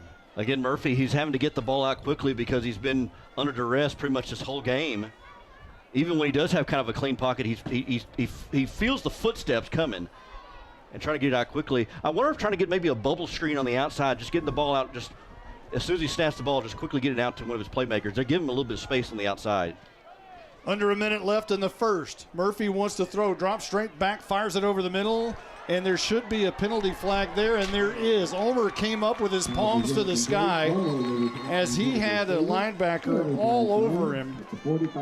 And, gosh, I think it's Alex Puga. It was. Puga had his back to the quarterback and was just draped over Ulmer. Never turned his head, never made even a glimpse at the football. And that's an obvious penalty and a first down for Howe, the first one tonight. Oh, man. Hallelujah. Ball spotted at midfield. And Howe's as close to getting on the other side as they've been right now. So that penalty will take them to the 50. And it's 1st and 10. 53 seconds remaining in quarter number 1. Don't forget Ed Meacham coming up will be a color analyst in the second quarter. This will be a handoff to Caden Dunn, and again trapped. Back to the line of scrimmage he goes, and still not into Gunter territory just yet. But it's 2nd down and 10. And here come the pink pom-poms and the youth cheerleaders. This has got to be, what, 1st and 2nd grade perhaps? Maybe K through 2nd kindergarten. They're going to join the varsity right in front of the bleachers. We had was it the intermediate school that did some of the did the national anthem? I believe that's right. Yes, that was the At 2nd grade. 2nd grade. Okay. Okay. 2nd down and 10. Murphy barking, and he hands off to Dunn, and again met at the line of scrimmage, and he fumbled. Ball's on the turf, and I believe Gunter has the football, and they do. Caden Dunn he's a speedster. He's very shifty. Can hit the holes quickly, but ball security has fortunately been an issue for him this season. He had a fumble last week. Coach Bryan comes in, taps him on the helmet. But we talk about Gunter. If they're going to beat you, they're going to beat you. But you just can't give them extra possessions and make mistakes and shoot yourself in the foot. And 2nd turnover of the night by the Bulldogs. So Gunter's going to get the football here with 7 seconds left before the 2nd quarter. 1st and 10, left to right go the Gunter Tigers. Overman, that's Tarpley, is going to keep it around the right edge. In trouble, breaks out of it, finally brought down by Colton Little at the 41-yard line. But a nice gainer there by Tarpley, who's getting a lot of snaps at quarterback tonight. And that'll be the final play of the quarter. Well, it is it's Ed Meacham quarter now, isn't it? Yeah. Ed Meacham, State Farm representative, sponsor of the broadcast, and been a color analyst with me 14 years ago. He'll step in just a moment, and we'll be back. It's 31-0. We're headed to the 2nd. This is more than a bundle. This is way more than a combo deal. It's your sanctuary, your home field. It's where everything happens. This is your home, your car, your memories. And you want to be sure they're protected with home and auto insurance. As your State Farm agent, I get it. That's why I'm here to help life go right. My name is Ed Meacham, and I'm your Howe State Farm agent. Give me a call at 903-892-3923 or on the web at mredinsurance.com. Got hail? Get Hit. Help your home and your community at the same time. Hit Roof and Exteriors has been on the job locally since 2012. Hail damage, wind damage, roof leaks, exterior paint and siding, replace it or repair it, we've got you covered. Hit Roof and Exteriors has been building solid roofs all across North Texas for over 11 years. We will work with your insurance company or your budget to get your home happy again. For a free estimate or inspection, call 972-977-1523. Tarpley, a little swing pass out right. Lindbergh makes the catch. 1st down to about the 32-yard line before he's finally gang tackled by a bunch of black jerseys.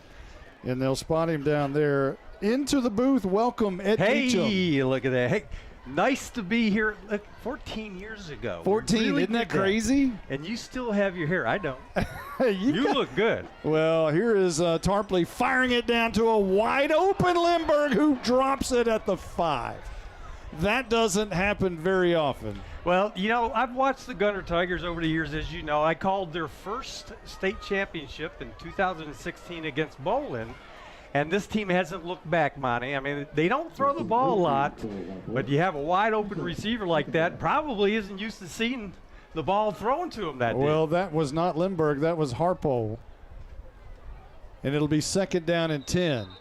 And flags and whistles before we can get underway.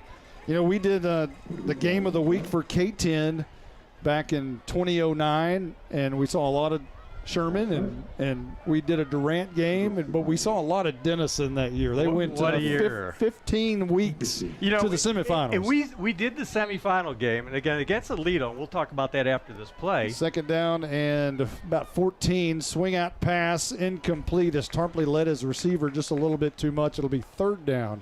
I think all the prognosticators would say that ball game, the Alito ball game, was probably your state champion. Yeah, I think that's right. And Jonathan Gray, who went on to play for the University of Texas. What a team. And that's another program that just all they have done is win, and win again.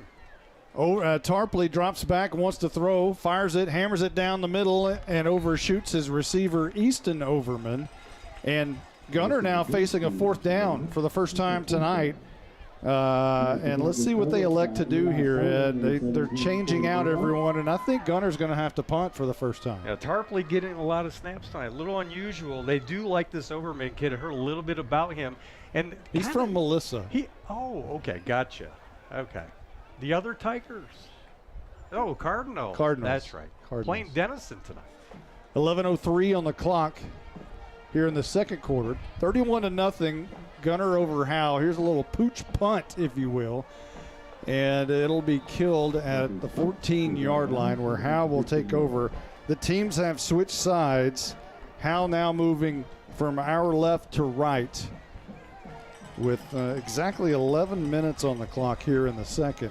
But, yeah, that year was a lot of fun. Remember we did that Durant game, and I was telling you about a young man that I'd seen in McKinney Boyd. His name was Darren Alves, quarterback. And let me tell you, still to this day, pound for pound, the best football player I've ever seen in my life. Toughest kid I'd ever seen. He wasn't even 6 foot tall. No way. But the way that this kid played football, he was a football player. He was. And every time he touched the ball, he could go to the house at any given moment. I remember you always telling me about him, and we did that Durant game, and he was nothing but special. Everything is advertised. Absolutely.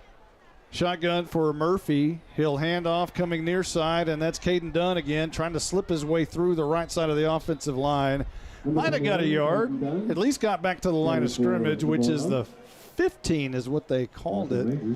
A lot of white jerseys around the ball tonight, every single snap, and if you don't win the line of scrimmage, you're going to have a tough time running the ball. Nothing doing for the running game tonight. Yeah, it's been really tough. They'll give him a yard to the 16. So that'll bring up 2nd down and 9. And it's been basically 2nd down and 9, 10, 11, 12 all night long so far. 10:23 on the clock. It's running. 2 receivers near side. 3 actually to the right side. The high snap. Murphy brings it down. Screen pass to Thornton is going to be dropped. It was a low pass right at his shoestrings, and Thornton was unable to haul it in. Yeah, bad exchange, and of course the quarterback Murphy just didn't have time. He got his hands on the ball, and you do want to get that ball out quickly to your receiver in open space, but just nothing there. The ball basically skips to the receiver. It's going to set up 3rd down, and you're playing behind the chains tonight. 10-11 on the clock here in quarter number 2. Same formation, except Bo Stevens split out wide right. Another quick pass. Ulmer makes the catch. A tough catch among traffic. Not enough for a first, but gets to the 19-yard line. And that, again, will bring up another punt situation for Johnny Garcia. Yeah, Howe just unable to stretch the field tonight. Not a lot of time back there with the quarterback. And Gunter defense just crowding the line of scrimmage and telling the Bulldogs, hey, if you're going to beat us, you're going to have to beat us on the ground. We're taking away any of those passing lanes. Howe's drive so far, a punt, a safety, an interception return for a touchdown. Here's a low punt by Johnny Garcia is going to be picked up by Easton Overman coming near side. Turning the corner, 35-40, 35-30, 25-20. Makes a move at the 15, going to the middle of the field. He's in. Touchdown Gunter. A punt return of right at 50 yards for Easton Overman, the sophomore.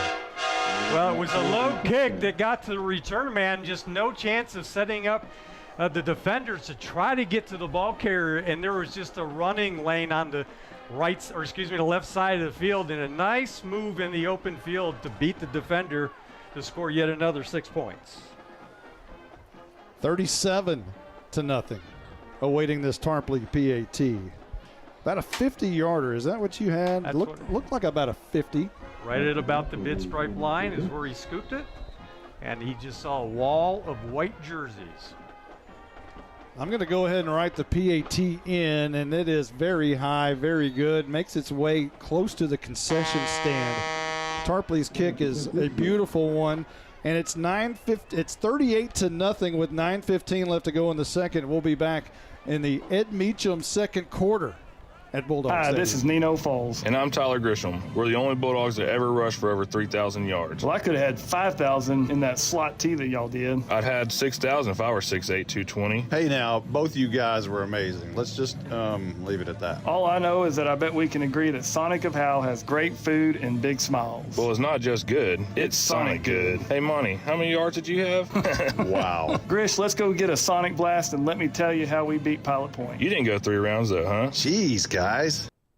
This is Roger Tidwell, the PA dude here at Bulldog Stadium. The radio guys and I always fight over how hot and cold it is up here in the press box. But if the AC ever quit working, not only would Walker finally shut his trap, he would call Baker Air Conditioning and Heating. Baker Air Conditioning and Heating has been in Howe for over 50 years. They've been in business that long because they're just good people. Call 903-532-6255. That's 903-532-6255. Shut up, Monty.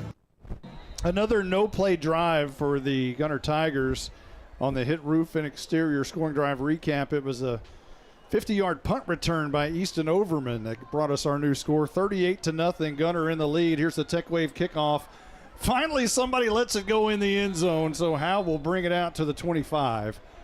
And I don't know if Coach Bryan may have said something, said, hey, you guys stop catching it at the 1. Let it go. Yeah, a little bit of breathing room. They've had their backs against their end zone basically this whole half. Of course, they got the ball out about the 40-yard line to start that last possession. But you do want to get your team away from that goal line and maybe open the playbook just a hair. 1st and 10 for Howe as they come back out on the field. Hand signals to Colin Murphy, the quarterback. And he'll relay the info to the rest of the black jerseys who stand at the 20-yard line in the huddle. Now they make their way to the line of scrimmage. There's white jerseys. It seems like there's about 15 white jerseys out there. It looks that way, doesn't it? Just all over the field. Pistol look. Man goes in motion as Omer. Murphy hands to Dunn, trying to find the corner, and again swarm tackled by white jerseys. And a loss of 1 again, back to the 19-yard line. Well, look for just a moment like Howe had the edge, but that defense of the Tigers is so quick to the ball. They pursue it very quickly. The linebackers and the safeties come up very quickly. What seems to be maybe a couple-yard gain ends up being about a yard loss on the play. My apologies. The spot is at the 24, not the 19. Again, Mr. Magoo gets his yard mark off. I'm used to that with you. Another pistol look here. Swing pass out. This time it's a good pass to Thornton, who makes the catch, his second of the season. And now has made a catch in back-to-back weeks. Maybe he's on to something. That's only a short gainer up to the 27-yard line, but positive yards. Good 3rd down play. coming up. Yeah, the ball was out very quickly to Thornton. Again, that Gunter defense just there so quickly, but you got positive yards on the play. And hopefully you can get something on this 3rd down. 8:10 on the clock as it rolls in quarter number 2. Howe comes back to the line of scrimmage. Trailing 38-0 to the number 1 ranked Gunter Tigers. Bo Stevens goes from right to left tight end. And now they're set. Howe has their hands full tonight. Murphy rolls out right, throws across his body, and that one's going to be picked off as well. Headed down the sidelines. It's going to be picked off by Cam Doty. And Gunter turns Howe away again. And once again, they have great field position here as Doty was finally knocked down, but at about the, inside the 20 at least, I believe. Yeah, nothing there on the play. He tried to get something with his legs, and at the last second tried to find his open receiver and pin receiver. But Gunter right there, and all night long working with a short field, and once again, ball is inside the 30-yard line. They'll spot it at the 26. I thought he was tackled further down the field from that, but maybe they say he stepped out of bounds as he was kind of racing down the sidelines. Overman back in at quarterback. Next to him is a new running back, which is Braden Farrell. And Farrell's going to get the carry around the right side. Flag down, 2 flags down. Farrell is down in the end zone. That's going to be a hold. That's coming back. It would have been another 1-play touchdown, but This one coming back. Yeah, it's going to be hold on the right tackle. I believe that was either Vest or Ferguson on the infraction, but it was right there. Easy call for the officials. Just bottled up the defender, and of course you saw that running lane with that running back for the Tigers. I think it was Rathbone. So that'll move the ball back to the 36, assuming the foul happened at the line of scrimmage, and I think it did. I think I saw they actually called face mask on Gunter. Well, that will change things a little bit as the officials still marking it off. Officials for tonight's game: Scott Carroll, the referee; Lee Smith, the umpire; Dwayne Womack, the head linesman. The line judge is Philip Packer. The back judge, Tommy Manning. The field judge is Jeff Craver, and the side judge, Philip Sauceda. And this is going to be down the sidelines goes Gunter again, and once again, it is a one-play drive. As in for the score. My Mr. Magoo eyes can't even see their tiny roster. Well, it was scoring. I think it's Scalorn, the intended receiver. It was just an easy pitch and catch, and it was one guy to beat in the secondary, the corner. A little move to the inside, and there was nobody there to make a play. And it's another easy 6 for the Tigers. 2-point conversion by Overman is not successful as Howe holds them there, but there is a flag down at the line of scrimmage.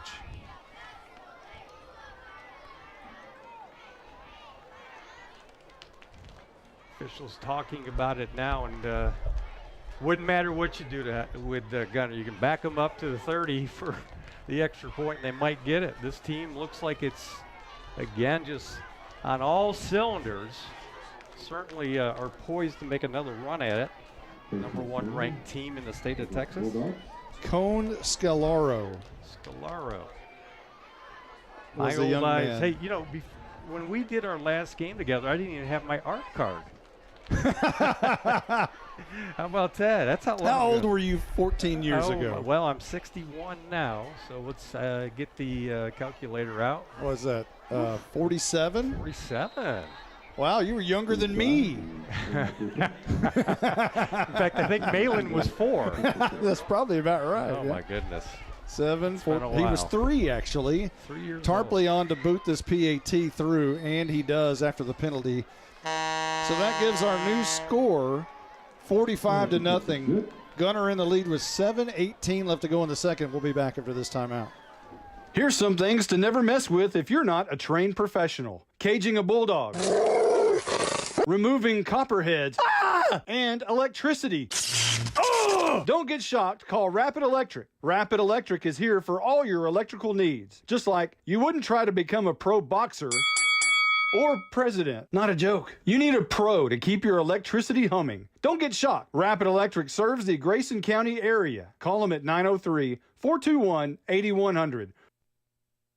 If you're a small business owner in Howe, Texas, think about everything you need to help your business succeed. You need a plan, happy customers, and an insurance agent that gets you. My name is Corey Hernandez, and I run a State Farm agency. Because I'm a small business owner myself, I understand the unique needs of local business owners. My office and I will make it easy to choose the right protection for you at the right price. Call State Farm agent Corey Hernandez at 903-893-8400 or visit InsuranceQuoteXHoma.com for your small business needs today.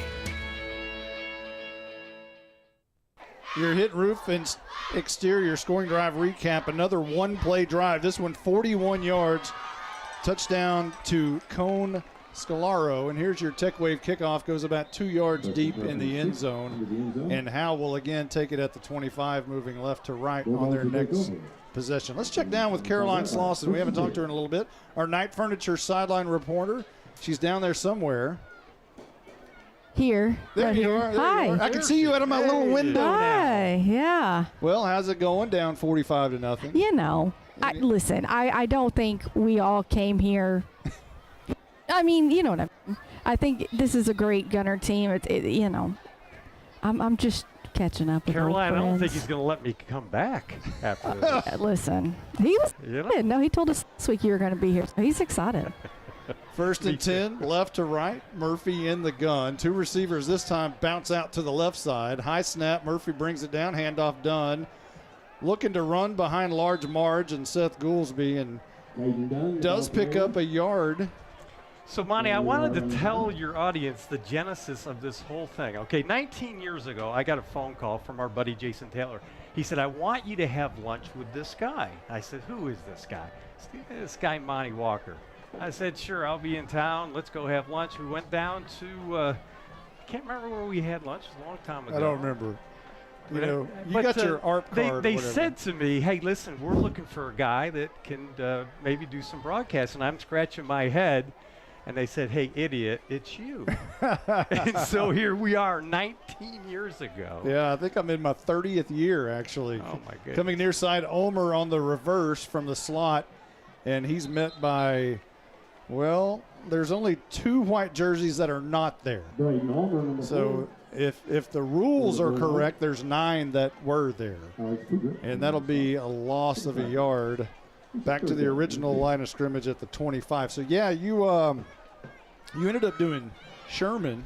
Sherman for 5 years. I started out with the incredible Scott Garner. Of course, he is now one of the voices of SMU football. Right. Terrific. And he was the original Frisco Rough Riders, the first broadcaster. Hey, I hired Jay Lindley, too. Yeah, absolutely. And it brought us to He's the voice of the Sherman Bearcats. Wolfman. Handoff to Dunn, running behind Large Marge. He'll get positive yardage, maybe a yard and a half.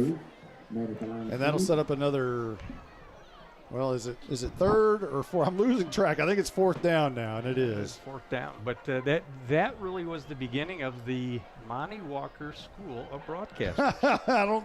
Yes. No, I don't think there is such a thing. You hired some good ones. Teddy, Teddy Everett doing a great job. You see him on ESPN all over the place. Yep. John Little doing a lot of great work. Jason Metco down at Rice. I hired a lot of good guys, and here I am at Howe. I'm right here with you, Park. Snap back to Garcia is going to punt this one away. It's a low end over end kick, going to bounce at the 45. Taken by Lindbergh, who runs backwards about 10 yards and tries to find the corner on the far side. He may have it. 40, look out, 30, down the sidelines. Did he dance and toe down the sidelines? I believe he did, and he high steps into the end zone. Yeah. He caught it at the 45, went back to about the other 45, turned the corner, and took it to the house. That was about a 55-yard run, which really turned out to be about a 200-yard run because he went sideline to sideline about 53 yards across the field. And then the only thing that touched him was, we thought, maybe the out-of-bounds line, but he tiptoed. The officials didn't see it that way. And, of course, that's another 6 points. This time it comes in the area of special teams. It's about to be 52-0 with 4:46 on the clock here in the second. As Tarpley turns into kicker and Lindbergh turns into holder. The kick is up. It's high and good. 52-0. 4:46 left to go in the second. We'll be back right after this. All In Custom Gutters and Christmas Lights is proud to sponsor the pride of Howe High School's Bandsman of the Week. Your hometown Bulldog alumni-owned and operated business is here for all your seamless gutter and outdoor Christmas lights needs. Give them a call at 903-819-9183 and let them make your house shine really bright this Christmas. All In Custom Gutters and Christmas Lights. Give them a call at 903-819-9183. All In Custom Gutters and Christmas Lights. Buying and or selling your next home or property should be an enjoyable experience. At Texoma Land and Home Team, our commitment to the personal relationship of each transaction ensures communication you expect, while assuring that we'll be here the next time you need us. We're not a big box real estate company by design. This freedom allows us to be fully at your service. Texoma Land and Home Team, Renee Nichols Broker, 903-818-1645. Texoma Land and Home Team, for all your real estate needs, 903-818-1645. It's either 0 plays or 1 play on the drive for the Gunter Tigers, and that one, your hit, roof, and exterior scoring drive recap, 0 plays. It was a 45-yard punt return for Cannon Lindbergh, who ran about, as Ed mentioned a moment ago, 50 yards across the field, 10 yards back. So there's 60 of them 60, right and then another 45 forward. He ran over 100 yards there for that punt return. Yeah, if you ever want to know what he ran the 100 in, about 7 seconds. Yeah. There's your Tech Wave kickoff that rolls in the end zone again, and Howe will take it out at their 25. Caroline Slauson, as we roll to the second sheet over here. I've never done that before, I don't think. Our Night Furniture sideline reporter, Caroline. We had a really big wind as we got here early this afternoon coming out of the west, but I don't think we have that same kind of wind right now. No, that's definitely gone, but the temperature is still nice and still need this wet shirt, but the wind is gone, yes. Looks to be about 66 degrees as Murphy wants to throw on the run across his body to Braden Ulmer. And that'll be a gain of 2 Good for the Howe play there. Bulldogs. Again, you got Braden that gets out in a little bit of space there. But again, the Tigers just so good on defense.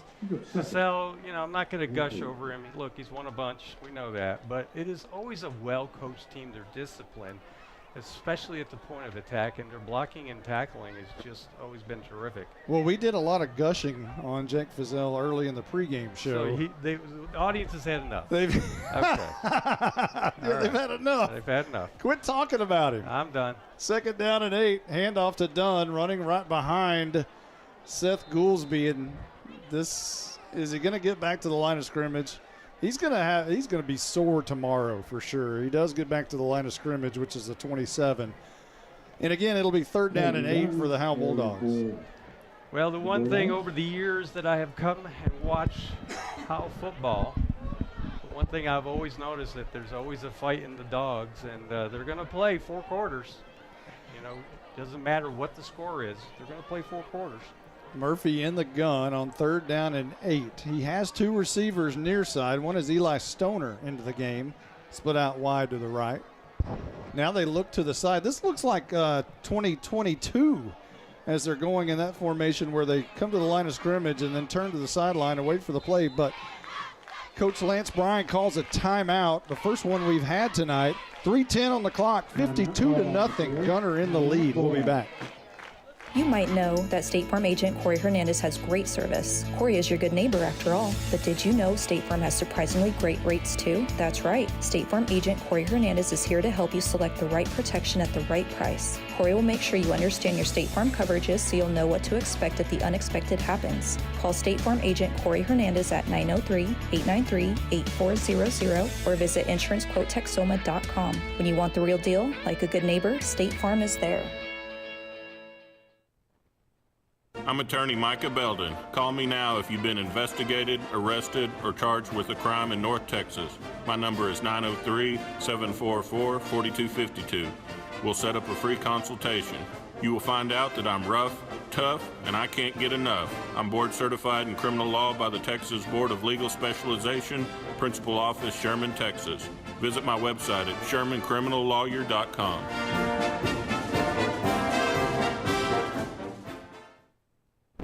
Gunter did not score during the timeout. It's 52-0. And it's 3rd down and 8 for Howe. Feels that way, doesn't it? And looks like it's a pistol formation with Dunn right behind Murphy, about 4 yards, way off the line of scrimmage. He gets the ball here, is trapped behind the line of scrimmage. That's a big loss. Back to the 24, and now it'll be punt time once again for Johnny Garcia. Going to have to kick it away again, negative yardage on that series once more. And if you can't play ahead of the down markers, you're going to have a tough time. And first downs are coming at a premium. I think the Bulldogs won on the night. One, and that was on a penalty. On a penalty. So at one point, do you tell Johnny Garcia, hey, just kick it out of bounds here, right? Yeah, maybe so. You don't know what your best defense is against that return team. But perhaps we'll see.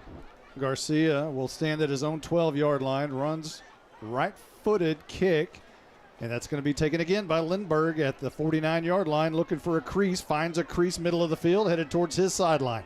Down the sideline to the 20, and finally goes down right there. And once again, Gunter in great field position will start at the Howe 21-yard line. Nice open field tackle by Jonathan Garcia. Makes a great play at about the 20-yard line to bring down the return man of the Tigers. But once again, Monty, you get a short field like that in that offense, it's pretty easy to score. I don't believe the Tigers have had the ball past the 50-yard line to start any of their series. 1st and 10 for Gunter. It's usually a one-play drive. We'll see what they do here. It, I think, is Overman in the gun, and he is. He drops straight back, wants to set up a screen of some sort, does. Intercepted at the 17-yard line. Down the sideline on their side. And I believe that might have been Braden Ulmer. BU picks it off, and that gives some sort of life for the Howe Bulldogs. They're finally something to cheer about here at Bulldog Stadium. Does a great job watching the quarterback's eyes. He never gets out of his slot as a linebacker, and he just reads the quarterback and steps in and makes a great play and a nice little return on that INT as well. 2:01 on the clock, as it was not a one-play drive. Well, it was a one-play drive. Yeah, sure it was. It was a one-play drive on the Howe side. We'll take it. So the Bulldogs will take it at their own 32 after the 12-yard return by Ulmer after the interception. Ulmer will now be in a slot receiver nearest to Murphy with two others outside of him. Murphy throws that way, caught by Ulmer, and he's going to have his legs taken out from him, a loss back to the 29-yard line. So Howe just keeps going backwards no matter run or pass, it just doesn't matter. Well, they can't get the edge right now. The ball is out very quickly because they're not able. Bulldogs can't get the ball between the tackles. They can't run there. So they're trying to spread the field and try to get positive plays. But you got to get some of your guys out there to throw some blocks on those defenders and get positive yards. Ends up being another loss on the play. A semi-decent crowd showed up tonight, but I have a feeling that once the pride of Howe has their performance, it might thin out quite a bit. Two receivers left. Dunn in the backfield. He gets the carry over left tackle, bounces it out down the line of scrimmage, and he will gain none nor lose none at the 30. Yeah, and after my time with you today, I'm heading north, actually to go see another broadcast partner of ours. I'm going to catch the second half of the Yellow Jacket game. They're hosting the number one. Look, I got something about number one ranked teams. You're going to see Denison, and that's not going to be a game either. No. You picked the wrong night. Well, they have number one team, so they got the number one team in 3, number one team in 5, and I'm going to go home pouting. Like, oh, okay, nobody wants me back. Not a good night for Highway 75 in Grayson County for sure. I'll hang out with the homer. Third down, Murphy wants to throw, flushed out of the pocket, hit hard as he throws. It's going to be almost intercepted. It could have been, but it went through the arms. That was Puga. And falls incomplete, so Howe will have a chance to punt here on 4th down once again. Thankfully, he was a pure linebacker. Put some shoes on those hands. So tell Mr. Burkhead I said hello. Of course. You know, again, the three of us go back a long, long way. You were a broadcast partner with Lynn. Yeah, for about 10 years. We did Sherman together from 1994 through 98. Then we started doing Denison together in 99 through 2003. What a terrific and broadcast. That's when I went to McKinney, started doing play-by-play in 2004. A low bouncing kick. And again, Lindbergh's going to pick it up at the 46-yard line, running right in front of their bench once again. 20, 15, 10, kiss him goodbye. Lindbergh has made a living off of punt returns tonight. And that one, another one, makes it 58-0. And it runs out the first half. Ed, it's been a pleasure. Likewise. Thank you I've for really enjoyed letting me this. step in. Hey, let's do it before another 14 years, okay? Well, I can't guarantee if you wait that long that I will show up. I can't guarantee it. All right. Because it won't be the ARP card. It could be a death certificate. You never know. You never know. You wait a long time. I bet you have insurance. I do. Hey, good plug, baby. Hey, I'm a proud sponsor of the Howe Bulldogs, guys. Again, you still have part of the season left. Enjoy the rest of it. Thank you guys for having me today. Appreciate you showing up. It's been a lot of fun. Hey, we still have really one play left. You want to call this? It's a PAT. All right, here we go. Setting up for the PAT. That looks like number 12, the kicker. He's probably got all the points tonight. Nothing but split ski. That one's good. It's going to be 59-0 at the half. Bulldogs will take it in and talk about it, and we'll see it the second half. This is Roger Tidwell, the PA dude here at Bulldog Stadium. The radio guys and I always fight over how hot and cold it is up here in the press box. But if the AC ever quit working, not only would Walker finally shut his trap, he would call Baker Air Conditioning and Heating. Baker Air Conditioning and Heating has been in Howe for over 50 years. They've been in business that long because they're just good people. Call 903-532-6255. That's 903-532-6255. Shut up, Monty. You might know that State Farm agent Corey Hernandez has great service. Corey is your good neighbor after all. But did you know State Farm has surprisingly great rates too? That's right. State Farm agent Corey Hernandez is here to help you select the right protection at the right price. Corey will make sure you understand your State Farm coverages so you'll know what to expect if the unexpected happens. Call State Farm agent Corey Hernandez at 903-893-8400 or visit insurancequotetexoma.com. When you want the real deal, like a good neighbor, State Farm is there. Buying and or selling your next home or property should be an enjoyable experience. At Texoma Land and Home Team, our commitment to the personal relationship of each transaction ensures communication you expect, while assuring that we'll be here the next time you need us. We're not a big box real estate company by design. This freedom allows us to be fully at your service. Texoma Land and Home Team, Renee Nichols Broker, 903-818-1645. Texoma Land and Home Team for all your real estate needs, 903-818-1645. All In Custom Gutters and Christmas Lights is proud to sponsor the Pride of Howe High School's Bandsman of the Week. Your hometown Bulldog alumni owned and operated business is here for all your seamless gutter and outdoor Christmas lights needs. Give them a call at 903-819-9183 and let them make your house shine really bright this Christmas. All In Custom Gutters and Christmas Lights. Give them a call at 903-819-9183. All In Custom Gutters and Christmas Lights. Listening to the Baker Air Conditioning and Heating Halftime Show. Today's Bandsman of the Week is brought to you by All In Custom Gutters and Christmas Lights, a firefighter family-owned business. Call them at 903-819-9183. Now let's join Monty Walker with this week's Bandsman of the Week. This week's Bandsman of the Week is Bryn Riley, the drum major. So talk about your responsibilities as drum major. My responsibilities include just kind of keeping everybody in line, and then obviously during the show I have to keep time and make sure everyone's in alignment. But yeah, just being a leader. I mean, kind of the leader. Me and Lauren are the leaders of the band and setting an example for the rest of the band. So does rhythm come naturally to you? I mean, kind of, I guess, but I think it's more so repetition, and so you just kind of get used to it, and then it becomes muscle memory. When did you start in the band? I started in 5th grade. What did you play back then? I played trombone. Not too many trombone players that are females. Why is that? I'm not sure, but I do know that the reason I chose to play trombone is because I wanted to be different, and I wanted to be, because not many girls, that's the exact reason I wanted to play, because not many girls played. So the Pride of Howe had a huge performance, or performances, over the past couple of weeks. Talk about that, and how does that give you confidence? We don't usually do as good as we did at those early on invitationals, so us doing that good, and then with us just having so much more to work on our show and do, and so many things to make better, was really encouraging and exciting. Now, you've always gone to school in Howe. Your mother, your aunts, uncles. Talk about how important this school is to you. I'd say that it is very important. It's been really cool to just have my roots already in there, and my aunts and uncles and my mom just setting a foundation. Not only that, setting a good reputation, and everybody knows that, I don't know, my family definitely has a reputation of just being respectful, and that's been a really cool thing to be a part of.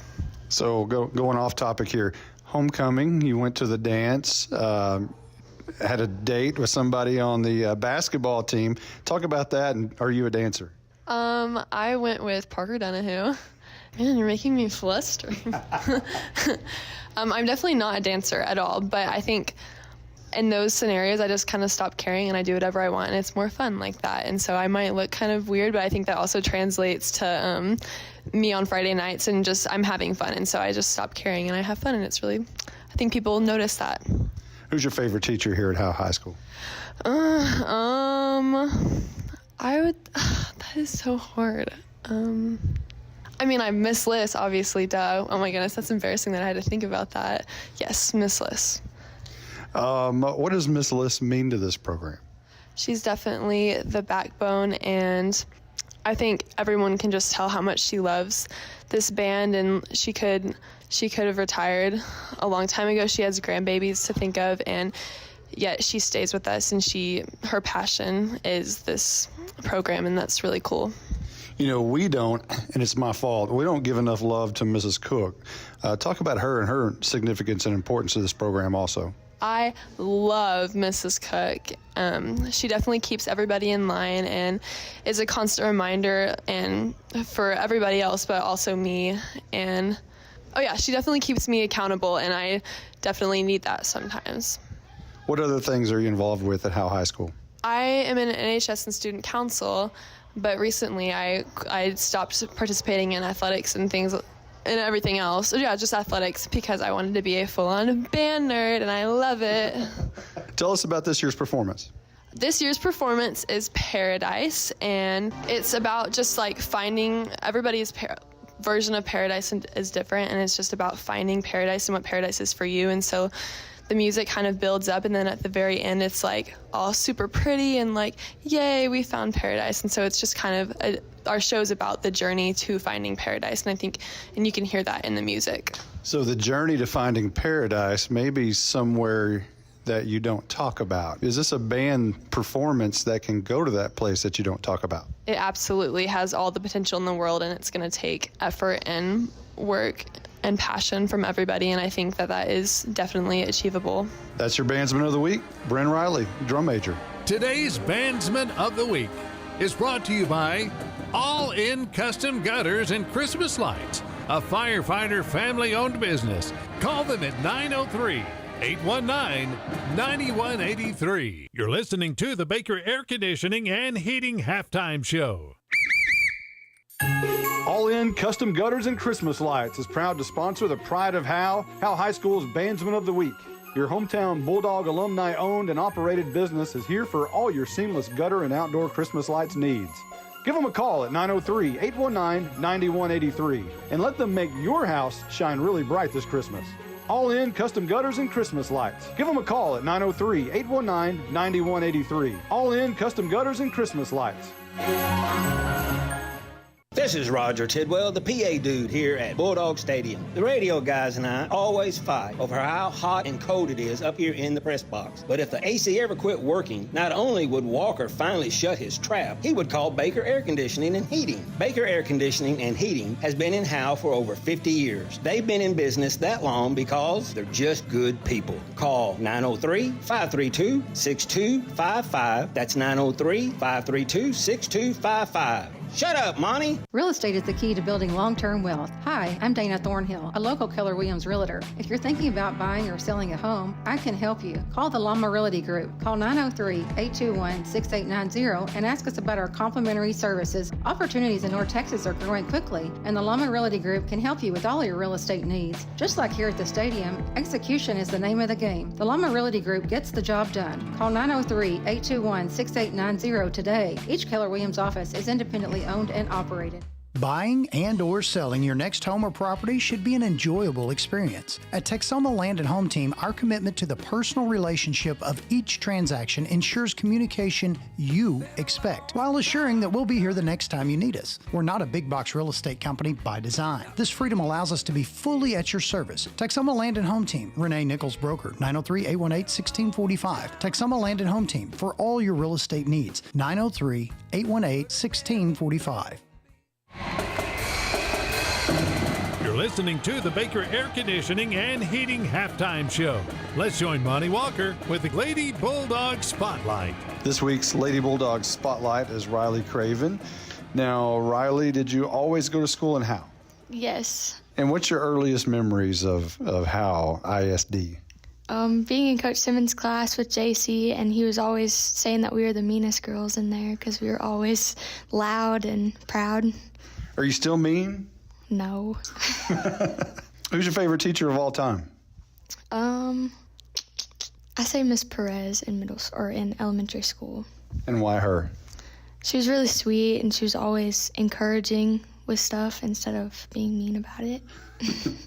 Who's your favorite coach right now, and why? Coach Anderson. She's very encouraging and is always looking and helping us get better for the future. What about your favorite teacher currently in high school? Probably Coach Forsyth. He's mean, but he's also super funny and nice. He loves to hear it when he's the favorite teacher, so I'll make sure and tell him that. To go to the homecoming dance, and if you did you dance? Are you a dancer?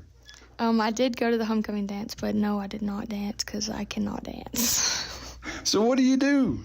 I kind of just stood there and watched all the other people dance. That's kind of what I did too. So you're a softball player, and a really good one.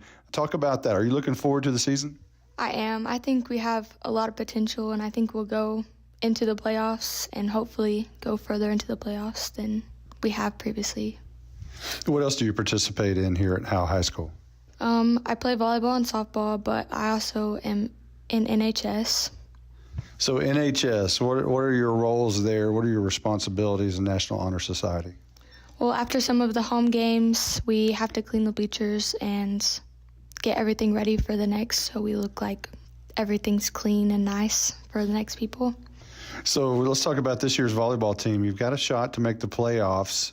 Talk about that, and what's the situation there? We have to win at least one more game against Blue Ridge to hopefully get a spot in the playoffs, but this year has been very good because we've been winning games. We haven't been losing. We've become a team, and Coach Witzler's helped us a lot throughout that. Talk about your role on the team. I play back row for Emory, and I serve, so mainly just playing back row and getting the ball to the setter. Talk about Coach Witzler and her impact on the team. She definitely has had a good impact on the team because we've been winning games, and she encourages us, but she's also hard on us so we can get better. You know, the volleyball program here hasn't been one that has had a lot of success over the years. I guess it feels pretty good. You're kind of part of that rebuilding and starting a tradition here with the volleyball, and I think that's probably got to feel good to you. Yes. We're also trying to help the underclassmen get the attitude of wanting to win and wanting to go to playoffs when they're on varsity.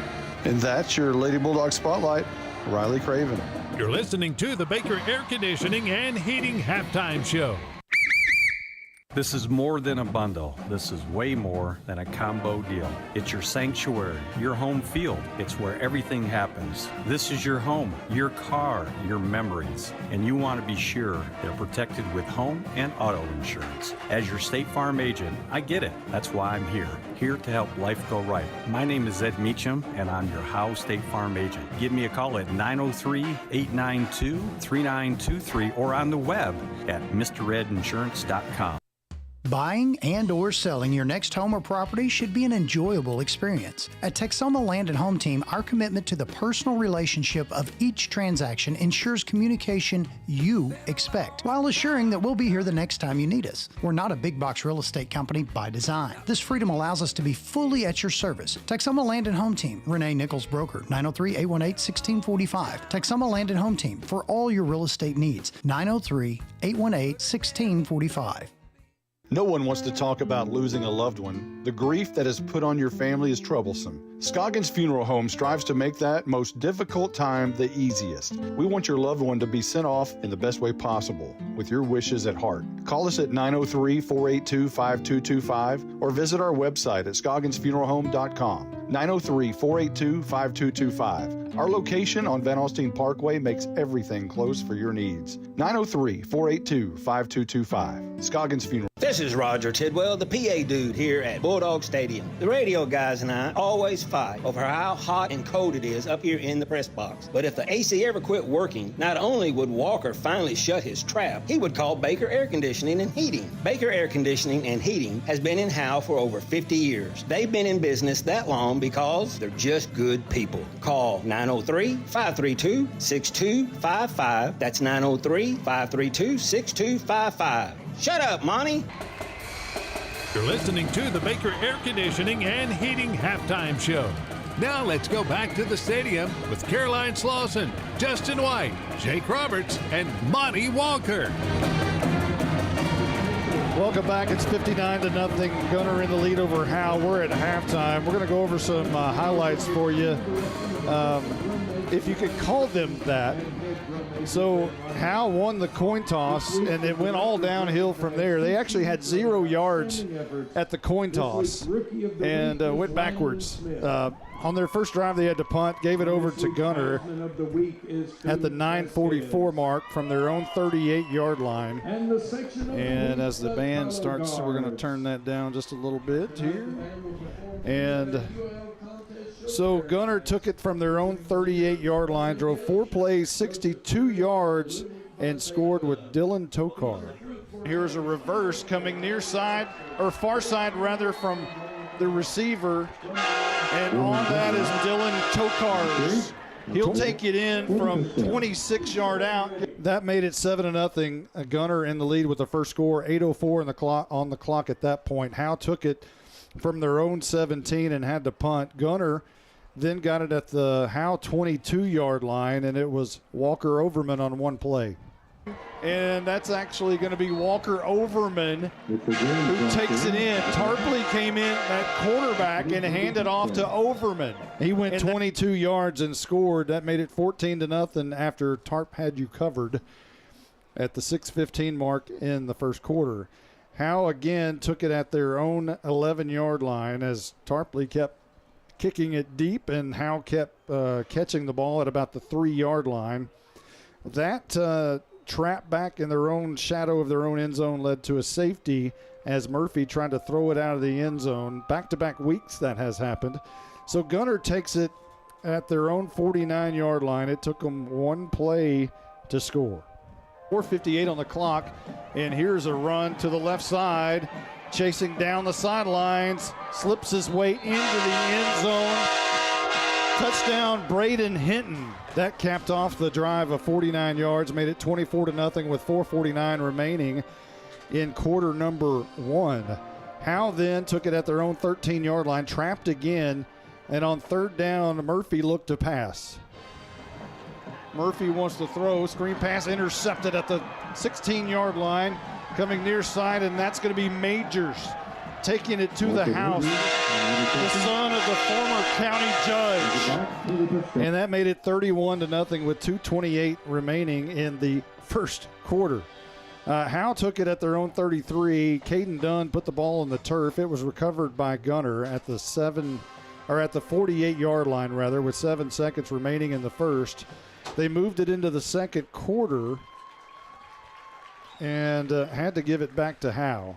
Howe, at their own 15-yard line, drove 4 plays and punted. Gunter returned that punt. A low punt by Johnny Garcia is going to be picked up by Easton Overman, coming near side. Turning the corner, 35-40, 35-30, 25-20. Makes a move at the 15, going to the middle of the field. He's in. Touchdown, Gunter. And that gave Gunter the 38-0 lead with 9:15 remaining in the second. Howe took it at their own 25-yard line, and it was intercepted by Cam Doty to give the ball back to Gunter. Again, they needed only one play to score. And this is going to be down the sidelines goes Gunter again, and once again, it is a one-play drive. Cone Scalorn scored on that one, and that gave Gunter the 44-0 lead with 7:18 left to go in quarter number 2. Howe once again was forced to punt after they only gained 2 yards on the drive, and once again Gunter returned that punt. Snap back to Garcia is going to punt this one away. It's a low end over end kick, going to bounce at the 45. Taken by Lindbergh, who runs backwards about 10 yards and tries to find the corner on the far side. He may have it. 40, look out, 30, down the sidelines. Did he dance and toe down the sidelines? I believe he did, and he high steps into the end zone. 45-yard return where he actually ran over 100 yards in total from one side of the field to the other and ran backwards at one point. That gave Gunter a 52-0 lead with 4:46 remaining in the first half. Howe, again at their own 25-yard line, got negative yards on that drive and had to punt it away. Gunter took it from the Howe 21-yard line, but the only highlight really of the entire game for Howe took place on the very first play of that drive. He drops straight back, wants to set up a screen of some sort, does. Intercepted at the 17-yard line. Down the sideline on their side. And I believe that might have been Braden Ulmer. It was BU, and that gave the ball back to Howe, who started at their own 32-yard line and again had to punt, and again it was disaster. A low bouncing kick, and again Lindbergh's going to pick it up at the 46-yard line, running right in front of their bench once again. 20, 15, 10. Kiss him goodbye. Lindbergh has made a living off of punt returns tonight, and that made it 59-0. Gunter in the lead, and that brought us to our half. And there's a little bit of time left before the half, enough to do stats, and we'll talk with Stephen Braswell right after this. At Grayson Cullen Electric Cooperative, GCEC, we have been around for over 80 years and are governed by 7 principles: open and voluntary membership, democratic member control, members' economic participation, autonomy and independence, education, training, and information, cooperation among cooperatives, and concern for community. One of our communities is Howe, Texas, and GCEC is proud to support the Howe Bulldogs. No one wants to talk about losing a loved one. The grief that is put on your family is troublesome. Scoggins Funeral Home strives to make that most difficult time the easiest. We want your loved one to be sent off in the best way possible, with your wishes at heart. Call us at 903-482-5225 or visit our website at scogginsfuneralhome.com. 903-482-5225. Our location on Van Alstyne Parkway makes everything close for your needs. 903-482-5225. Scoggins Funeral Home. Who's your local plumber? Brother Plumber. It's good to know someone local and someone you can trust when your home or office drops the ball. Main line break, 15 yards. Brother Plumber is plumb professional and serves not only Howe, but also all of Grayson County. And you can save yourself 10% if you mention Go Bulldogs. Visit us online at brotherplumber.com. We'd love to help. Brother Plumber is one call away at 469-968-4487. Visit us online at brotherplumber.com. Remember, Go Bulldogs. Welcome back, 59-0 at the half. Let's go over some stats now. Well, Jake, as you can imagine, it's not real pretty. That's for sure.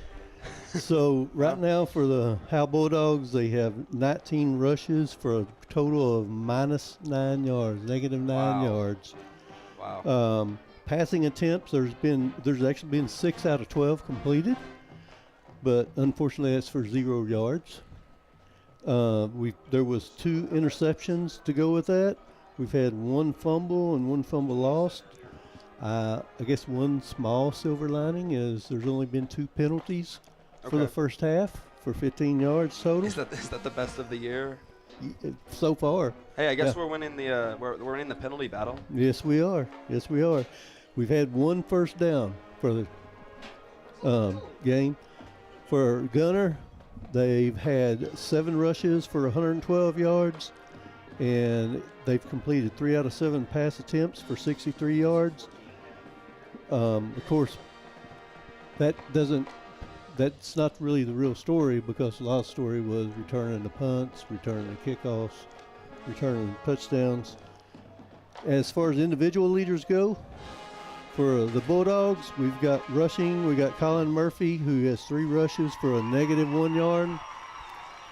BU has 2 rushes for -3 yards, and Caden Dunn has 14 rushes for -5 yards, which gives us our -9. Passing, Colin Murphy, like I mentioned, is 6 for 12. Okay. So he's completed some passes, 2 interceptions though. And from the receiving side, BU is 4 receptions for a positive 6 yards.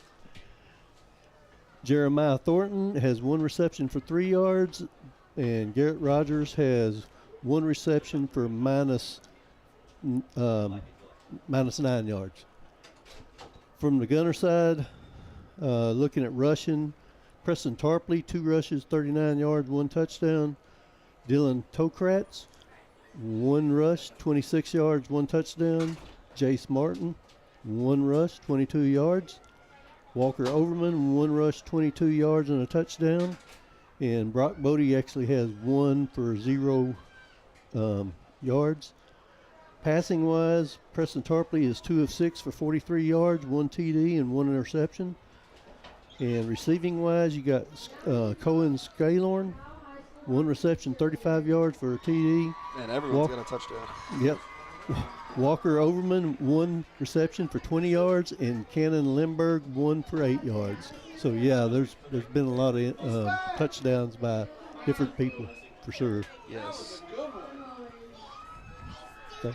Well, that's it for the stats. I wanted to invite everyone out after the game to 5th quarter at FDC Howe. That's going to be going on at the youth building there until 11:45. So if you have any kids middle school 7th to 12th grade, come on out to that. And it looks like Caroline just joined us. Hi. How are we doing? Good. How are we doing? We're doing good. You know, I have to say that this is definitely the best football team I've ever seen. No, and I'm serious. I think a lot, especially in high school at this level, is how when you are looking at teams or certain players and you say he's a D1 player, you know what I mean, or that's a state championship team. How do you know? Well, you just kind of know. You just kind of know. I mean, we definitely see that. They're just. Yeah. It's just like they're on another. It's just another tier. Yeah, and it's everyone they do this to. Not just tonight, Yes. not just – it's every single person that they do this to. They're just so fast. Yeah. You know, especially yeah. on those punt returns. It looks like our guys are just running in slow motion. Well, and it's just because they're just faster. Yeah. And I can't remember who said it earlier in the game, but, they're not big. They're not this huge team. No, they're not at all. Most of them are probably under 6 feet tall. Yeah, and for sure. They're all kind of built the same. They're all a little shorter, but they're big, like muscular wise. They're built. Oh, but yeah. They're not big. No, I heard someone say that they've got several players that run, like a 4.40 and things like that. I would believe it. They could do without that, though. They could do without that. Yeah, that. Oh my gosh. We are. Okay. We will bring back. Are we gonna take a break or? I guess we can take a quick break before the. Okay, gonna take a quick. I did want to point out one score though. I don't know. Have y'all talked scores yet? No, we have not. I just had to point out this one. Collinsville is playing Era. Well, now I don't know. But it was 69-70 at half just now, and now it's reading something crazy. But if anyone is out there and knows the score of that game, please let me know because I'm very interested. Okay, we're going to take a quick break. Be back for the second half here at Bulldog Stadium. At Independent Financial, supporting our community is at the heart of what we do, which is why we are pleased to support the Howe Bulldogs. Investing in others and helping our neighbors thrive is what we do, and our friendly, knowledgeable banking team is rooting for you in your financial success. Whether you're saving for college, planning for your family's future, or working to grow your business, we'd love to help you accomplish your goals. Come see us at our location on South Denny or visit us at ifinancial.com. Go Bulldogs! We're cheering for a winning season. Member FDIC. Real estate is the key to building long-term wealth. Hi, I'm Dana Thornhill, a local Keller Williams realtor. If you're thinking about buying or selling a home, I can help you. Call the Llama Realty Group. Call 903-821-6890 and ask us about our complimentary services. Opportunities in North Texas are growing quickly, and the Llama Realty Group can help you with all your real estate needs. Just like here at the stadium, execution is the name of the game. The Llama Realty Group gets the job done. Call 903-821-6890 today. Each Keller Williams office is independently owned and operated. Welcome back. It's still 59-0 Gunter in the lead as the Bulldogs come back out on the field. Let's kick up that crowd mic just a little bit so we can hear that Gunter horn all night long. Loud and clear. Just about ready for our two-wave kickoff. Wow, that somehow got really loud. Here is the kickoff. It's going to be taken by an up man, brought down on the Gunter side of the field. A good start for the Bulldogs, eliminating possession on their side of the field for Gunter for one of the few times tonight. And on the return for the Gunter Tigers appears to be Jake Rathbone. And they'll start from their own 43-yard line. I understand we have a running clock in the second half. I hope so. And they're already trying to get it started. Two receivers will come near side. Tarpley will stand in shotgun formation and hand off to Rathbone around the right edge, and he'll gain 3 or 4. Good stop by the Bulldogs on the left side of the defensive line, which typically is Ethan Mayo. Not that they have to pass it much, but, they make a living pretty much on the run, but are capable of passing the ball when they need to. Overman came in with 921 yards passing, 15 passing touchdowns. Third down rather, and probably we're looking at 7 here for Gunter. As Justin, good to have you back for the third quarter. Yeah. What'd you do? I just get some nachos, or no? I just kind of sat back and just rested my legs. I'm coming in kind of cold right now. I feel like I need to stretch before I come back in your broadcast. The end around reverse has scored them earlier in the game, and looks like it might score here. Down the sideline, escapes one tackle, and finally brought down from behind. A good effort by Howe. Braden Ulmer brought down the ball carrier, but not after a 45-yard gain by the, I believe that might have been Dodd. No, is it number 7? Yeah, it was Kane. It was Kane Bolt. Yes. He needed one extra bolt to get him into the end zone, and he stopped at the 2-yard line. Kind of an inside reverse, and again, there have been holes open up all over the place for this Tiger offense. Kane Bolt, another good athlete, and Gunter, a good baseball player, was able to coach him when he was about 7 years old. Good kid, good family. From Gunter? Yes, from Gunter. Here's a handoff up the middle from Tarpley, and not getting in is Gunter. They only gained 1 to the 1-yard line, and I think that was Rathbone again on the carry. So that'll set up a 2nd and goal from the 1. Second down and about 2 Clock rolling at 9:33 here in quarter number 3. Again, as I understand, we're going to have a running clock. And so you can get to the 5th quarter a little bit earlier. Jake Roberts, were you able to plug that? Okay, good. Where's it at tonight? FBC Howe, right down the road. First Baptist Church of Howe. I understand there's food, games, stuff like that? Yes. Okay. Should be a lot of fun. 2nd and goal from the 1, the end around again. Easily going into the end zone is Kane Bolt. Kane Bolt. And that takes Gunter over the 60 mark. And hello, Horn. Man. The scoreboard right now says 85-0. That's not correct, but it could be. It feels like it, but it's not. It does take them over the 60 mark. It should be 65, not 85. But Tarpley's extra point hold by Limburg is on the tee. Does he kick off the ground as well? That's a high kick over the fence towards the concession stand. And that makes it 66-0. Gunter in the lead with 8:29, and the clock is going to roll. We'll take a quick 30-second timeout. This is more than a bundle. This is way more than a combo deal. It's your sanctuary, your home field. It's where everything happens. This is your home, your car, your memories. And you want to be sure they're protected with home and auto insurance. As your State Farm agent, I get it. That's why I'm here to help life go right. My name is Ed Meacham, and I'm your Howe State Farm agent. Give me a call at 903-892-3923 or on the web at mredinsurance.com. Welcome back. We're, excuse me, your hit roof and exterior scoring drive recap was 4 plays. I'm writing this down. We only had 30 seconds. 4 plays and 57 yards for Gunter. And it was a 1-yard touchdown by Kane Bolt, who takes them to the 66-0 mark over Howe here at Bulldog Stadium.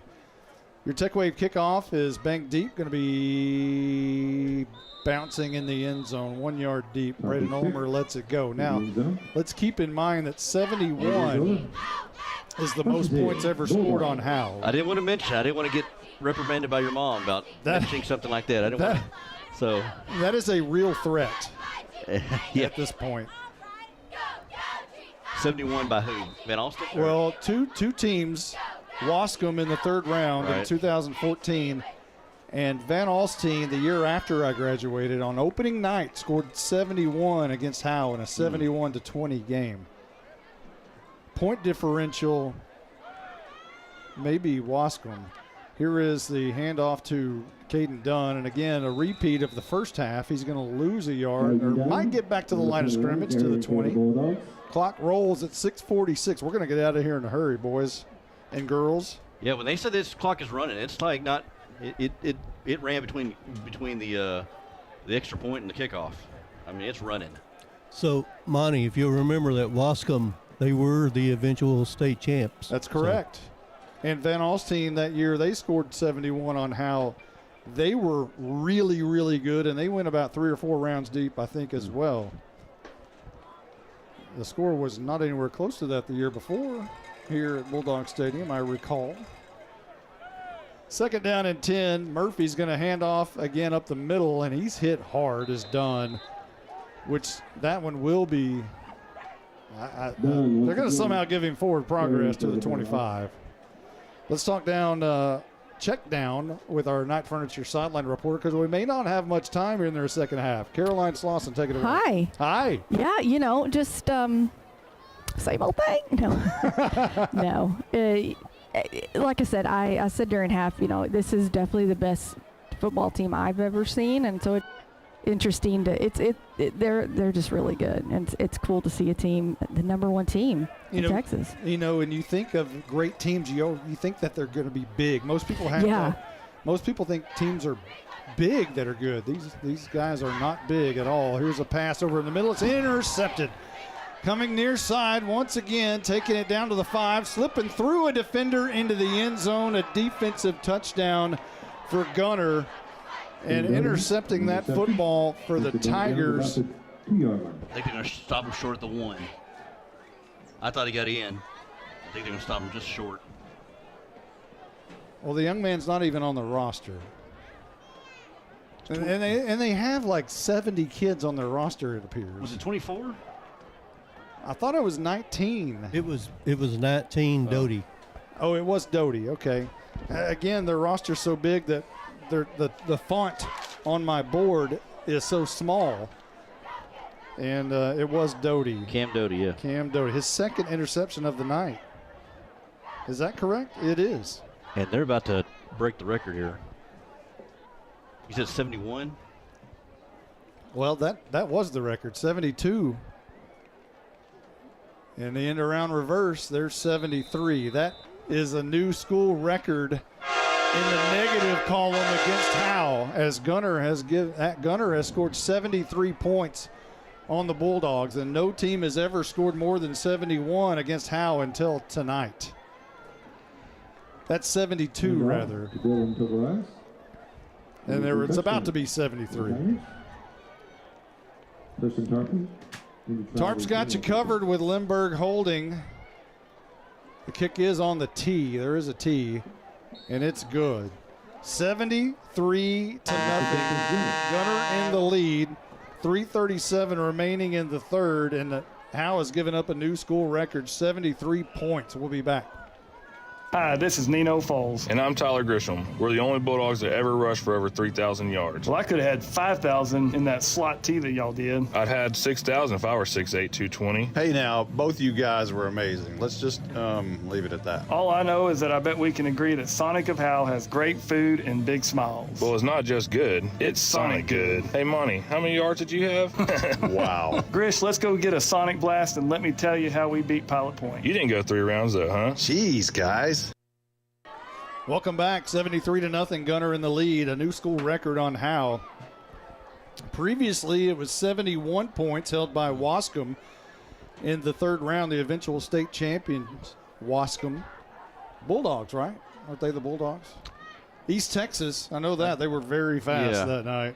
We did that game. And then Van Alstyne scored 71 against Howe in 1992. But those are out the window now. 73, the highest that Howe's ever given up. That happened moments ago. And it's still third quarter. 2:24 left in the third. The ball's going to bounce at the 1.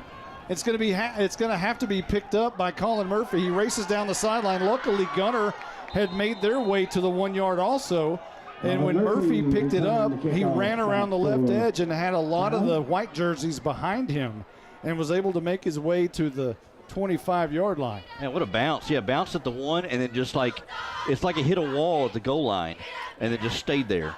Hey. And then Murphy and Ulmer had to pick it up. Hey, Monty, that was Jeremiah Thornton. Yeah. Oh, was it Thornton? It was Thornton. Okay. So who scored the touchdown there for Gunter? I'm losing track. I don't know. Braswell, do you happen to have that?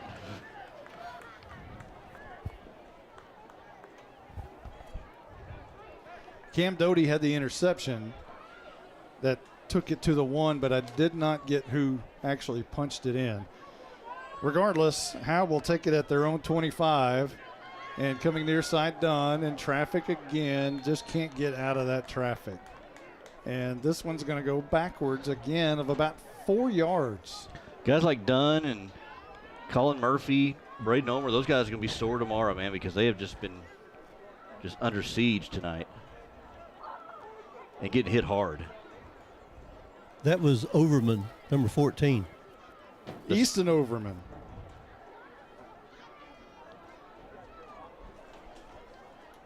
You know, and watching them during the second quarter when you and Ed were doing the call, they're not doing anything spectacular. They're just quick off the ball. They're so quick. Second down for Howe. Left to right, they move. And the ball goes over Murphy's head. Back towards the end zone. He slides to recover it, but I think Gunter is recovered for a touchdown. No, that's a safety, as Murphy did get back on it.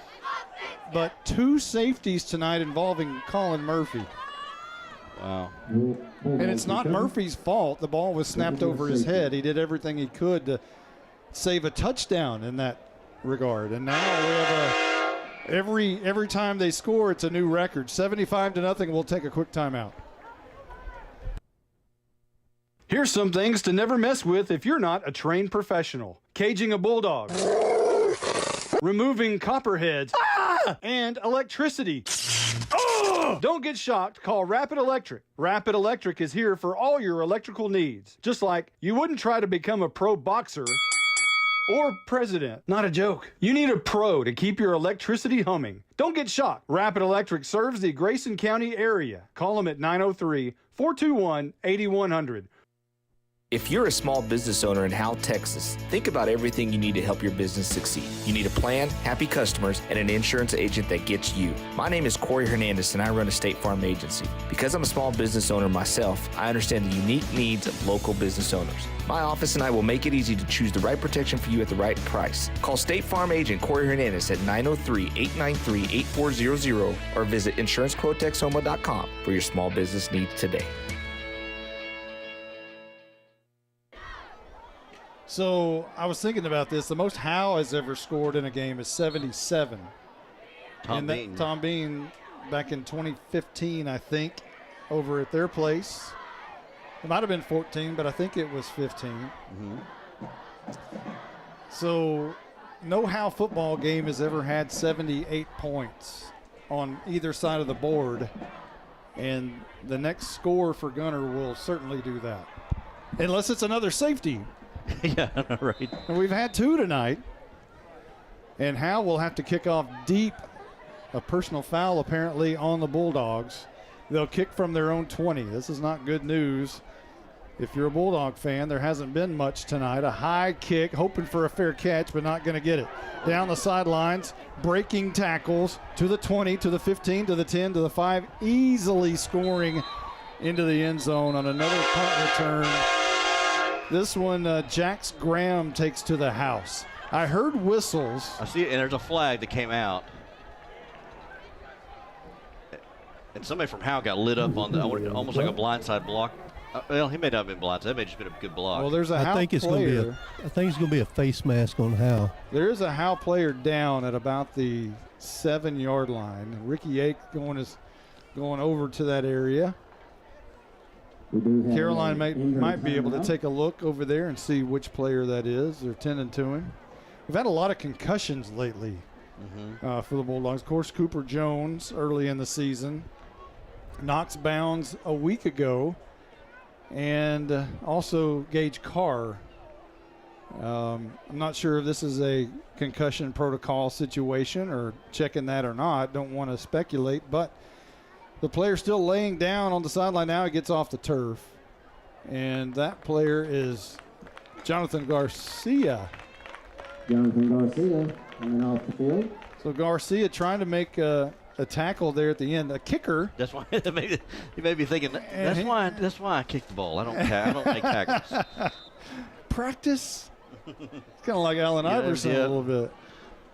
Tarp's got you covered on the PAT. So says a microphone layman over there across the way. This one is going to be good. And it's 76-0. Gunter in the lead with 11:38 left to go in the game. We'll be back right after this timeout. You might know that State Farm agent Corey Hernandez has great service. Corey is your good neighbor after all. But did you know State Farm has surprisingly great rates too? That's right. State Farm agent Corey Hernandez is here to help you select the right protection at the right price. Corey will make sure you understand your State Farm coverages so you'll know what to expect if the unexpected happens. Call State Farm agent Corey Hernandez at 903-893-8400 or visit insurancequotetexoma.com. When you want the real deal, like a good neighbor, State Farm is there. Buying and or selling your next home or property should be an enjoyable experience. At Texoma Land and Home Team, our commitment to the personal relationship of each transaction ensures communication you expect, while assuring that we'll be here the next time you need us. We're not a big box real estate company by design. This freedom allows us to be fully at your service. Texoma Land and Home Team, Renee Nichols Broker, 903-818-1645. Texoma Land and Home Team, for all your real estate needs, 903-818-1645. Well, this is the only time the Howe Bulldogs have ever been in a game where there's more than 77 points on either side of the scoreboard. 82-0 Gunter over Howe right now. And your Tech Wave kickoff is going to be probably splitting the uprights. And I think it's good as Tarpley got to kick it off from the, 45? Yeah. So I guess the penalty may have been, I guess the penalty is enforced on the kickoff. And he banged it through on the kickoff. Yeah. Thankfully they don't get another 3 points for that. Think there's any payback from basketball? Maybe some, went 5 overtimes. Haley at the buzzer. Haley at the buzzer. Haley at the buzzer. Haley at the buzzer. 1st and 10 for Howe. Let's get the heck out of here and don't get anybody else hurt, especially Johnny Garcia. Murphy's still in at quarterback, and Dunn still gets the handoff, and you get about the same result. 1 yard, but it is a positive 1 yard. And these are just kind of draws up the middle, just hands off to bounds to Dunn, and just seeing if he can do something. He's barely getting back to the line of scrimmage, gains a yard on that play. He's racking up some carries tonight too. Mm-hmm. His yards per carry is not going to be real good. Clock rolling at 9:13.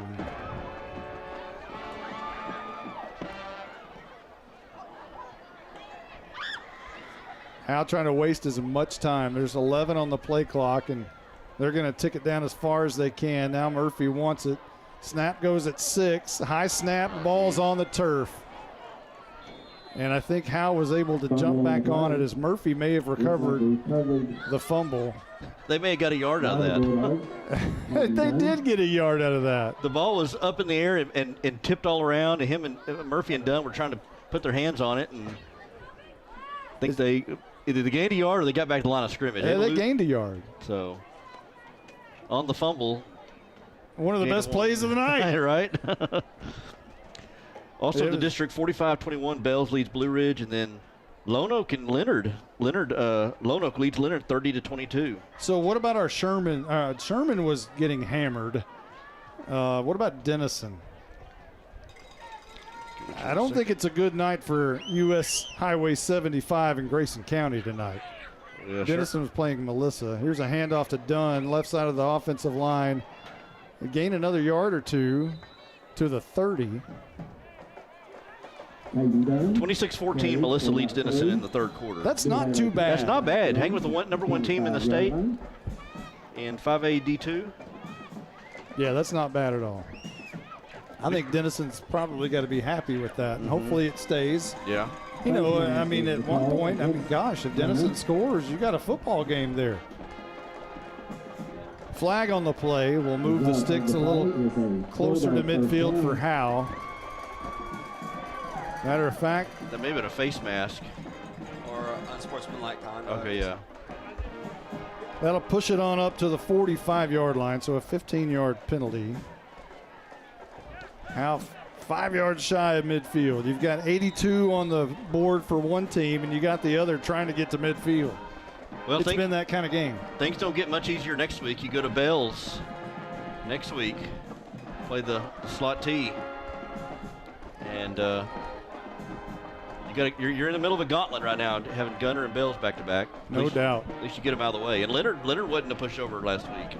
6:45 left to go in the game. Another high snap goes over Murphy's head, picked up by Dunn. Still battling for it, and I think Gunter's going to have it. Gunter says they have it, and they do. And they'll have it at the Howe 31-yard line. Another bad snap that goes over Murphy's head. With all these turnovers, too, we talk about the Van Alstyne game. It looks a little bit kind of like the Honeygrove game earlier this year, too, with all the turnovers. It certainly does. But Honeygrove, they didn't return punts. They didn't have interceptions. They didn't, it was. But Howe could not keep a hold of the football that night. It was just fumble. So 8 turnovers at 8 turnovers. Yeah. And you're getting, it's getting close to that tonight. Yeah, I know. It's Gunter taking their time. Or did they call a timeout? No, they did not. But the clock is rolling. 5:42 left to go in the game. And Gunter sends the back of the roster out to the field. 1st and 10 from the 31. Screen pass is going to be caught down the sidelines. Tackled by Thornton.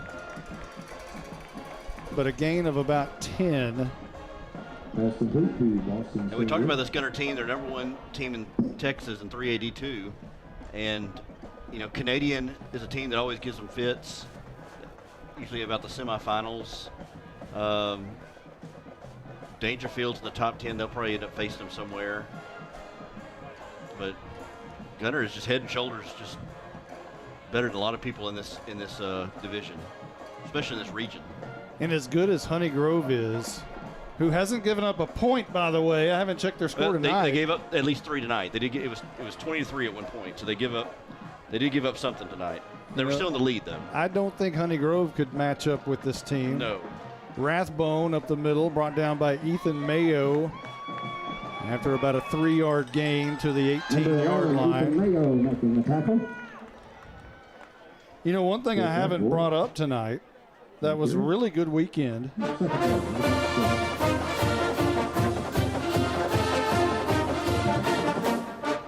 Hey, Braswell, are you wearing your Longhorn jersey tonight? Oh, boy. No. Just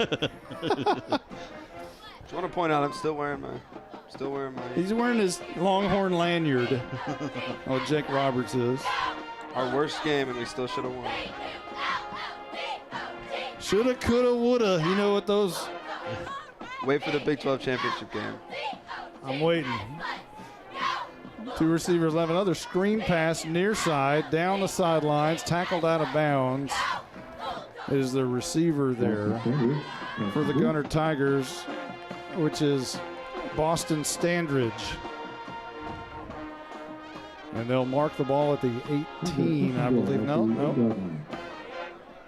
Further down than that, it's going to be the 8. I mean, look at me within 7 days. Texas lost. The Cowboys lost. Now Howe loses. Hey, the Rangers. The Rangers. That is the bright spot. And getting Max Scherzer back, I hear. Yes, I did hear that. Had a good simulated game, so that's a shot in the arm. I hear Montgomery's getting the game 1 start. Well, hey, if that holds true the first 2 series, that'd be good for the home team. Handoff right side. Banged at the line of scrimmage. Rathbone trying to get in the end zone. Slung out of bounds at the 1. Clock at 2:44. Well, Rathbone running with some power. Good job of the Bulldogs to at least try to keep him from getting the end zone another time. If they score here and go for 2, it would be 90. Gosh. They wouldn't go for 2, right? Would they? Monty's like, no comment. I mean, taking their time. I mean, it's not like they're trying to get in. That's what I was about to say. It's not like they're trying to, like, run the score up at this point. You make 90 and you start making kind of national headlines. Things. Yeah. On the hollowed ground here at Bulldog Stadium, the oldest active stadium anywhere in North Texas. And they score 82 here tonight. Handoff Rathbone, met at the line of scrimmage. He's in. Touchdown Gunter. Oh, no, they'll say he's down at the 1. They mark him down at the 1. I thought for sure he was pushed in, kind of like I don't want to say it, the TP. Not toilet paper. No. On the networks, they're calling it the tush push. Yeah, that's what I'm saying. You know, my wife told me to stop saying that. So I'll be getting a text here momentarily, I'm sure. If she's still listening at 82-0, if you're listening. That's a loyal spouse. She's still listening at 82-0. Anybody listening right now, I'll tell you what. What do you do? What is it that you do on a Friday night? Hey, we love you listening, though. And now Gunter's going to take a knee with 1:01 left to go in the game. They're going to lose 4 yards on that play. Wow. Gunter goes backwards 4 yards as they take a knee. A negative play by Gunter. Howe Enterprise headline. Oh, don't start talking about headlines. I did use the LeCooked. I don't know if you noticed. I did. I saw that. Yeah. Who came up with that? It was someone on the broadcast. Was it? I did. Is that you? Are you trying to take credit for that? I'm not. I genuinely didn't remember. I thought it may have been Justin. I said LeCooked, and you said that would be a good headline. I remember you said that. That sounds right. Yeah. I was really tired. Where's my credit for that? Compensation? Gunter takes another knee, and this ball game is finally over. 82-0. Gunter takes the win at the hallowed grounds of Bulldog Stadium, and that is the most points ever scored on Howe in a football game ever in 80 years. And they beat the record by 12 points. Yeah, they did that in the third quarter. And again, you beat the dead horse, but this Gunter team is they're good. They don't have a lot. They don't have many weak spots. They got depth. They got speed. They got a good defense. Not only is their roster big and very, very big, their coaching staff is double the size of Howe. Yeah. And, a lot of assistants. They do have a lot.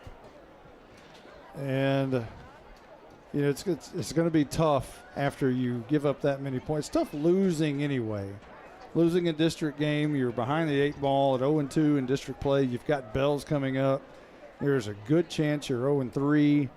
Now, saying that, you can always, shock the world and beat Bells. And Bells is down this year. They're not what they have been in recent years. But what I love about the Bulldogs is they pull their helmets off. They raise their helmets up to the crowd.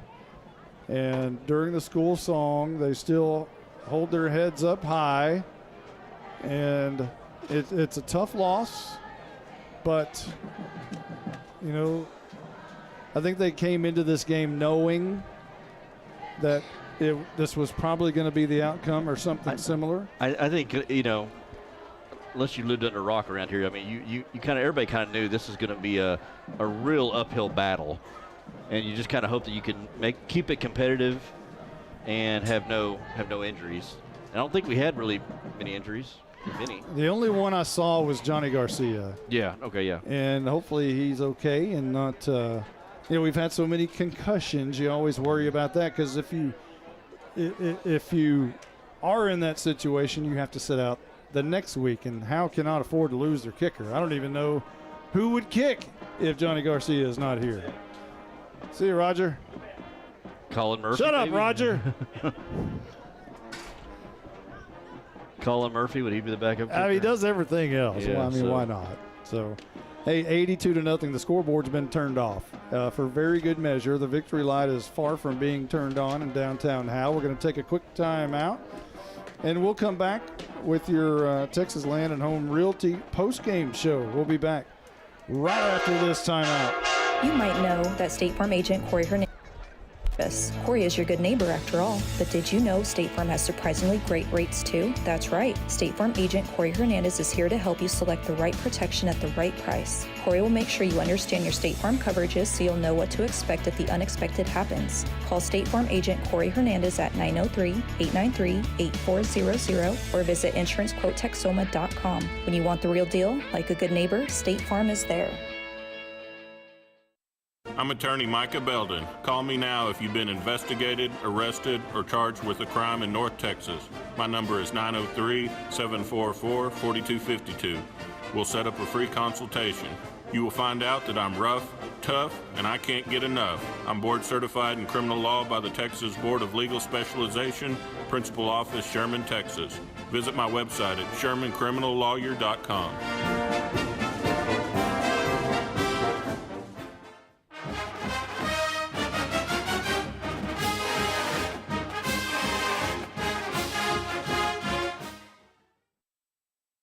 Well, I have something that I can be happy about. At least there's that. Jake Roberts, you want to step on in here and let's knock out these highlights real quick. We'll recap this game. Call them highlights or lowlights, whatever you want to do. It's 82-0. That's what I said. 82-0. Gunter wins tonight at Bulldog Stadium. The most lopsided victory, the most lopsided loss ever played in a Howe football game. Howe won the coin toss. It went all down from there. Started at their own 34-yard line. They had to punt. Gunter took it with 9:44 on the clock from their own 38-yard line, drove 4 plays, 62 yards, and scored on a 26-yard touchdown by Dylan Tokar. Here's a reverse coming near side, or far side rather, from the receiver. And on that is Dylan Tokars. He'll take. That made it 7-0 with 8:04 left to go in the first. Howe had to punt on their second possession. Gunter took it at their own, or actually at the Howe 22-yard line, and they only needed 1 play to score. And that's actually going to be Walker Overman who takes it in. Tarpley came in at quarterback and handed off to Overman. 1 play, 22 yards, made it 14-0 with 6:15 left to go in the first. Colin Murphy was trying to escape out of the end zone, back in his own end zone, threw it out. That was ruled a safety, intentional grounding. So that gave Gunter another 2 points, made it 16-0 with 5:15 left to go in the first. Gunter got it at their own 49-yard line and scored on 1 play. 4:58 on the clock, and here's a run to the left side, chasing down the sidelines, slips his way into the end zone. Touchdown, Braden Hinton, 49 yards. And that gave Gunter a 24-0 lead at the 4:49 mark in the first. Howe's next possession started at their own 13-yard line, and on third down, disaster struck. Murphy wants to throw. Screen pass intercepted at the 16-yard line. Coming near side, and that's going to be Majors taking it to the house. This is on. Marshall Majors, the son of the former county judge Bill Majors, scores on that one, making it 31-0 with 2:28 left to go in the first. Howe's next possession started at their own 33-yard line, drove to the 50, but Caden Dunn fumbled the football, and it turned over to Gunter at the 48-yard line. They, however, drove it into the second quarter. It was a long first quarter, and they had to punt it away for one of the very few times of the entire season. Gave it back to Howe at the 15-yard line, but they had to punt again as Howe could never get anything going on offense the entire evening. And not only that, when they did punt, a lot of times it went back to the house like this one. A low punt by Johnny Garcia is going to be picked up by Easton Overman coming near side.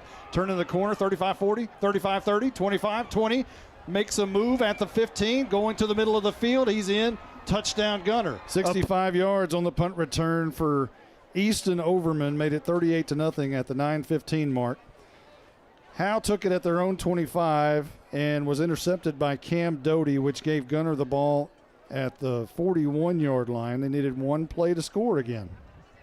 And this is going to be down the sidelines goes Gunter again, and once again, it is a one-play drive.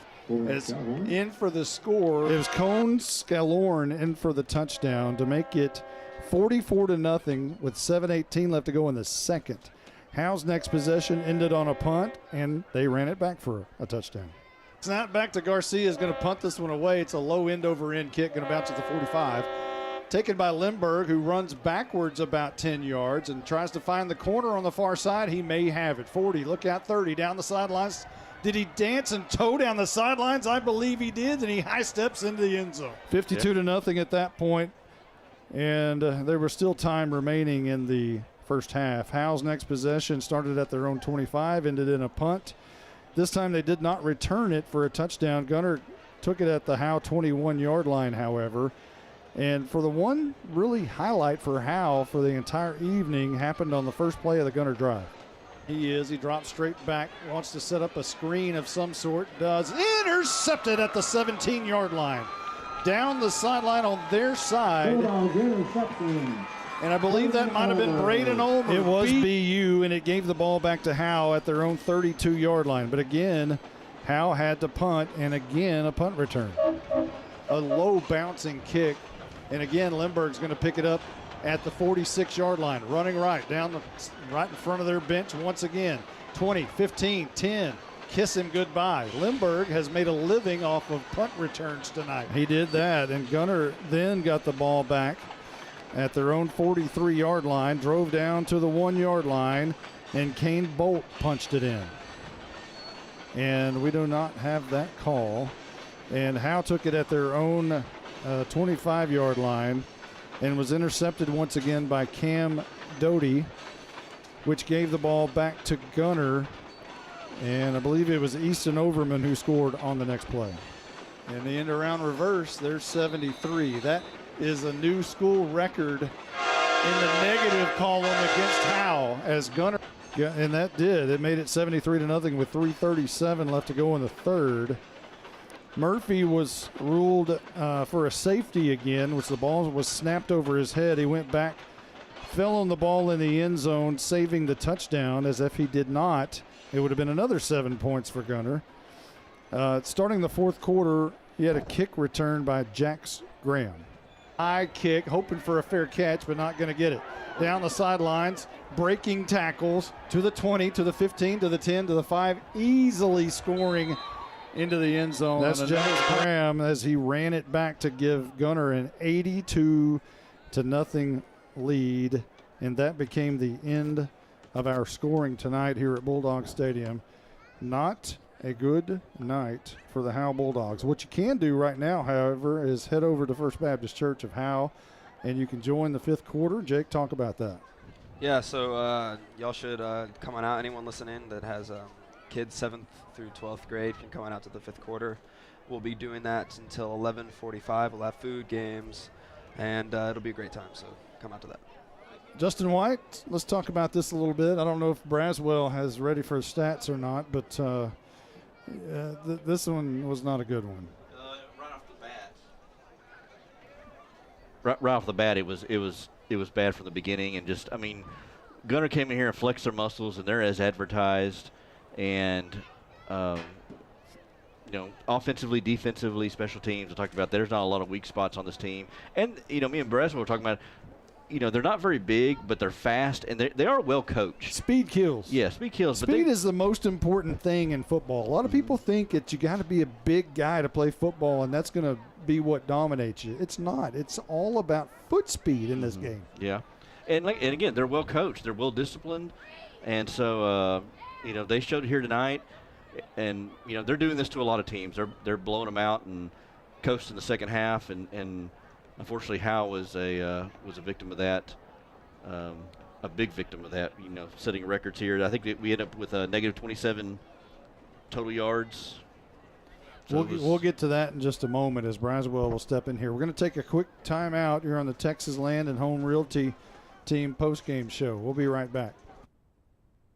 Buying and or selling your next home or property should be an enjoyable experience. At Texoma Land and Home Team, our commitment to the personal relationship of each transaction ensures communication you expect, while assuring that we'll be here the next time you need us. We're not a big box real estate company by design. This freedom allows us to be fully at your service. Texoma Land and Home Team, Renee Nichols Broker, 903-818-1645. Texoma Land and Home Team, for all your real estate needs, 903-818-1645. If you're looking at the scoreboard, it is correct. It's not a typo. 82-0. Gunter wins tonight on the hallowed grounds of Bulldog Stadium. Opened in 1935. No one's ever scored more than 71 here. That happened back in 1992, a long time ago. But the new record is 82 points. And how did they get there, Stephen Braswell? Well, as we kind of talked about a few minutes ago, and at halftime, it wasn't very pretty, to be honest. For Howe, they ended up with 2 first downs the entire game. And one was on a penalty. They had 26 rushes for minus 27 yards, negative 27 yards. So we basically averaged a negative yard per carry.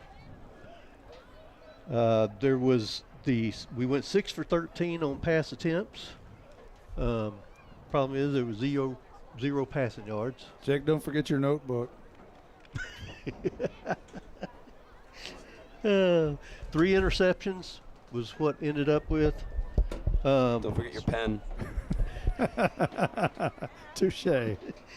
A silver lining, 3 penalties for 33 yards. Okay. I mean, because we've been tearing the penalties up this year a lot. So, for the Gunter Tigers, 13 first downs, 16 rushes, 177 yards, went 5 for 9 of pass attempts for 83 yards, and they had 4 penalties for 30 yards. As far as individual leaders go, for the Bulldogs, we had BU had 2 rushes for negative 3 yards. Caden Dunn had 18 rushes. So we had a lot of rushes. But it was for negative 4 yards. Colin Murphy had 6 rushes for negative 20 yards. As I mentioned, he went 6 for 13 pass attempts. Out of the 6, BU had 4 receptions for 6 yards. Jeremiah Thornton, 1 reception for 3 yards. I think you said that was his second reception for the year. Mm-hmm. Garrett Rogers, 1 for minus 9.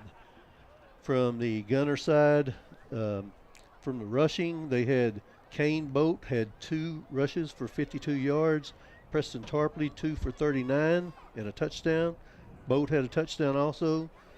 Dylan Tokratz, 1 rush for 26 yards and a touchdown. Jace Martin, 1 for 22. Walker Overman, 1 for 22 with a touchdown. Jake Rathbone, 5 rushes for 9 yards. Boston Stanridge, 1 for 3. Easton Overman, 1 for 1 with a touchdown. And Brock Bodie, 1 for 0 yards. Had 9 players touch the ball, running the ball. Yep. Preston Tarpley, as I mentioned, 4 out of 8 pass attempts for 63 yards, 1 touchdown, and 1 interception. From a receiving standpoint, they had the Cohen Scallarn, 1 reception, 35 yards, and a touchdown. Boston Stanridge, 2 for 20. Walker Overman, 1 reception for 20 yards, and Cannon Limberg, 1 for 8 yards. Do you have any good news? Talking about the penalties. We had 3 penalties. Gasp. 3 penalties. 3 penalties. You know, side note, I remember my first game that I ever did here was back in 2017. The last time Gunter was here in Howe was back the opening night, 2017. Again, it was a big defeat, big loss to Gunter. But I remember at halftime, I went to go to Coach Hudson, Zach Hudson, to do a halftime interview. And Bulldogs are down like 40-0. It's a blowout. And I asked Coach Hudson for an interview. If looks could kill, I'd have been dead on the 50-yard line. He didn't want nothing to do with me on it. And I don't blame him. But that was one of the things I remember thinking about Gunter here playing Howe. Last time they came here was 2017, and my first game here as a sideline reporter with you guys. Yeah, Hudson could be an intimidating fella at times, and especially when he was upset. Yeah, at halftime getting drilled. There was some. There were some good times with Hudson. I remember standing out there on the far side at about the 10-yard line. Of course, this was a grass field then, and he looked at me, and we were standing there looking at the field and admiring the green grass, and he was so happy about how the field looked. And he looked at me and he said, "I'm down to 7 weeds." And that is Zach Hudson to it. That's exactly who he is. He's so meticulous about everything. Let me tell you a funny story about that in his grass out here. So back in those days when I was on your team, but I was also part of the tunnel team. Okay, we would do the tunnel. Yep, that's right. So we got the bright idea one year, which was a really good idea, that we were going to use fire extinguishers as a smoke. I remember that. So, we get out there and they run through the tunnel and we're firing off the fire extinguishers. Gosh. Well, after we got finished, I'm looking and the grass was just burnt to a crisp because of the cold. Oh, wow. It froze it. Yeah. And all I could think about was, I'm going to have to tell Coach Hudson. He's going to give you the same look he gave Justin. So he walked by and I hollered at him. I said, "Coach, come here a second." And he come over there and I showed him. I said, "I'm so sorry." He kind of looked at it and he looked at me and he said, "Don't worry about it. It's been that kind of year." So after that, what we did was bring pieces of plywood and put them down there, and we sprayed the fire extinguishers on the plywood to make the smoke. There you go. So, well, hey, that's kind of been that kind of night. We're coming up with stories. Yeah, it's kind of past time. I want to thank Ed Meacham for being here during the second quarter. That was fun. Haven't done that in 14 years is what we said. And, of course, our crew, I believe, will match up toe-to-toe with anybody we have that's out there, not only in North Texas but in all of Texas. There's a reason our crew got to do 2 state championship games in Class 5A back-to-back years with South Oak Cliff. It's because this crew I have is pretty darn good, especially for a 3A Division II team, and I appreciate all that you do. Thanks to Caroline Slauson, our Night Furniture sideline reporter. Of course, Stephen Braswell, our statistician, and Justin White, our color analyst. And I guess this is just some old broadcaster signing off. I'm Monty Walker. So long, everybody. And thanks to Jake Roberts. I don't want to miss Jake because he's off there at the church now doing the Lord's work. So good for Jake. For everyone who's been a part of this one, I'm Monty Walker. So long, everybody. You've been listening to the Texas Land and Home Realty Team post-game show. Howe Bulldogs football is a product of Studio 42. The full replay of the game will be available within minutes on the same link on YouTube and HoweEnterprise.com. Howe Bulldogs football is brought to you by Scoggins Funeral Home, Baker Air Conditioning and Heating, Independent Financial, GC Easy, Sonic of Howe. Also brought to you by Corey Hernandez State Farm, Rapid Electric, Brother Plumber, Attorney Micah Belden. Also brought to you by Howe Athletic Booster Club, Michelle Carney Photography, HIT, Roof and Exteriors. Also brought to you by Ed Meacham State Farm, the Llama Realty Group, TechWave, Knight Furniture, All In Custom Gutters and Christmas Lights, Texoma Land and Home Realty Team. Turn out the lights.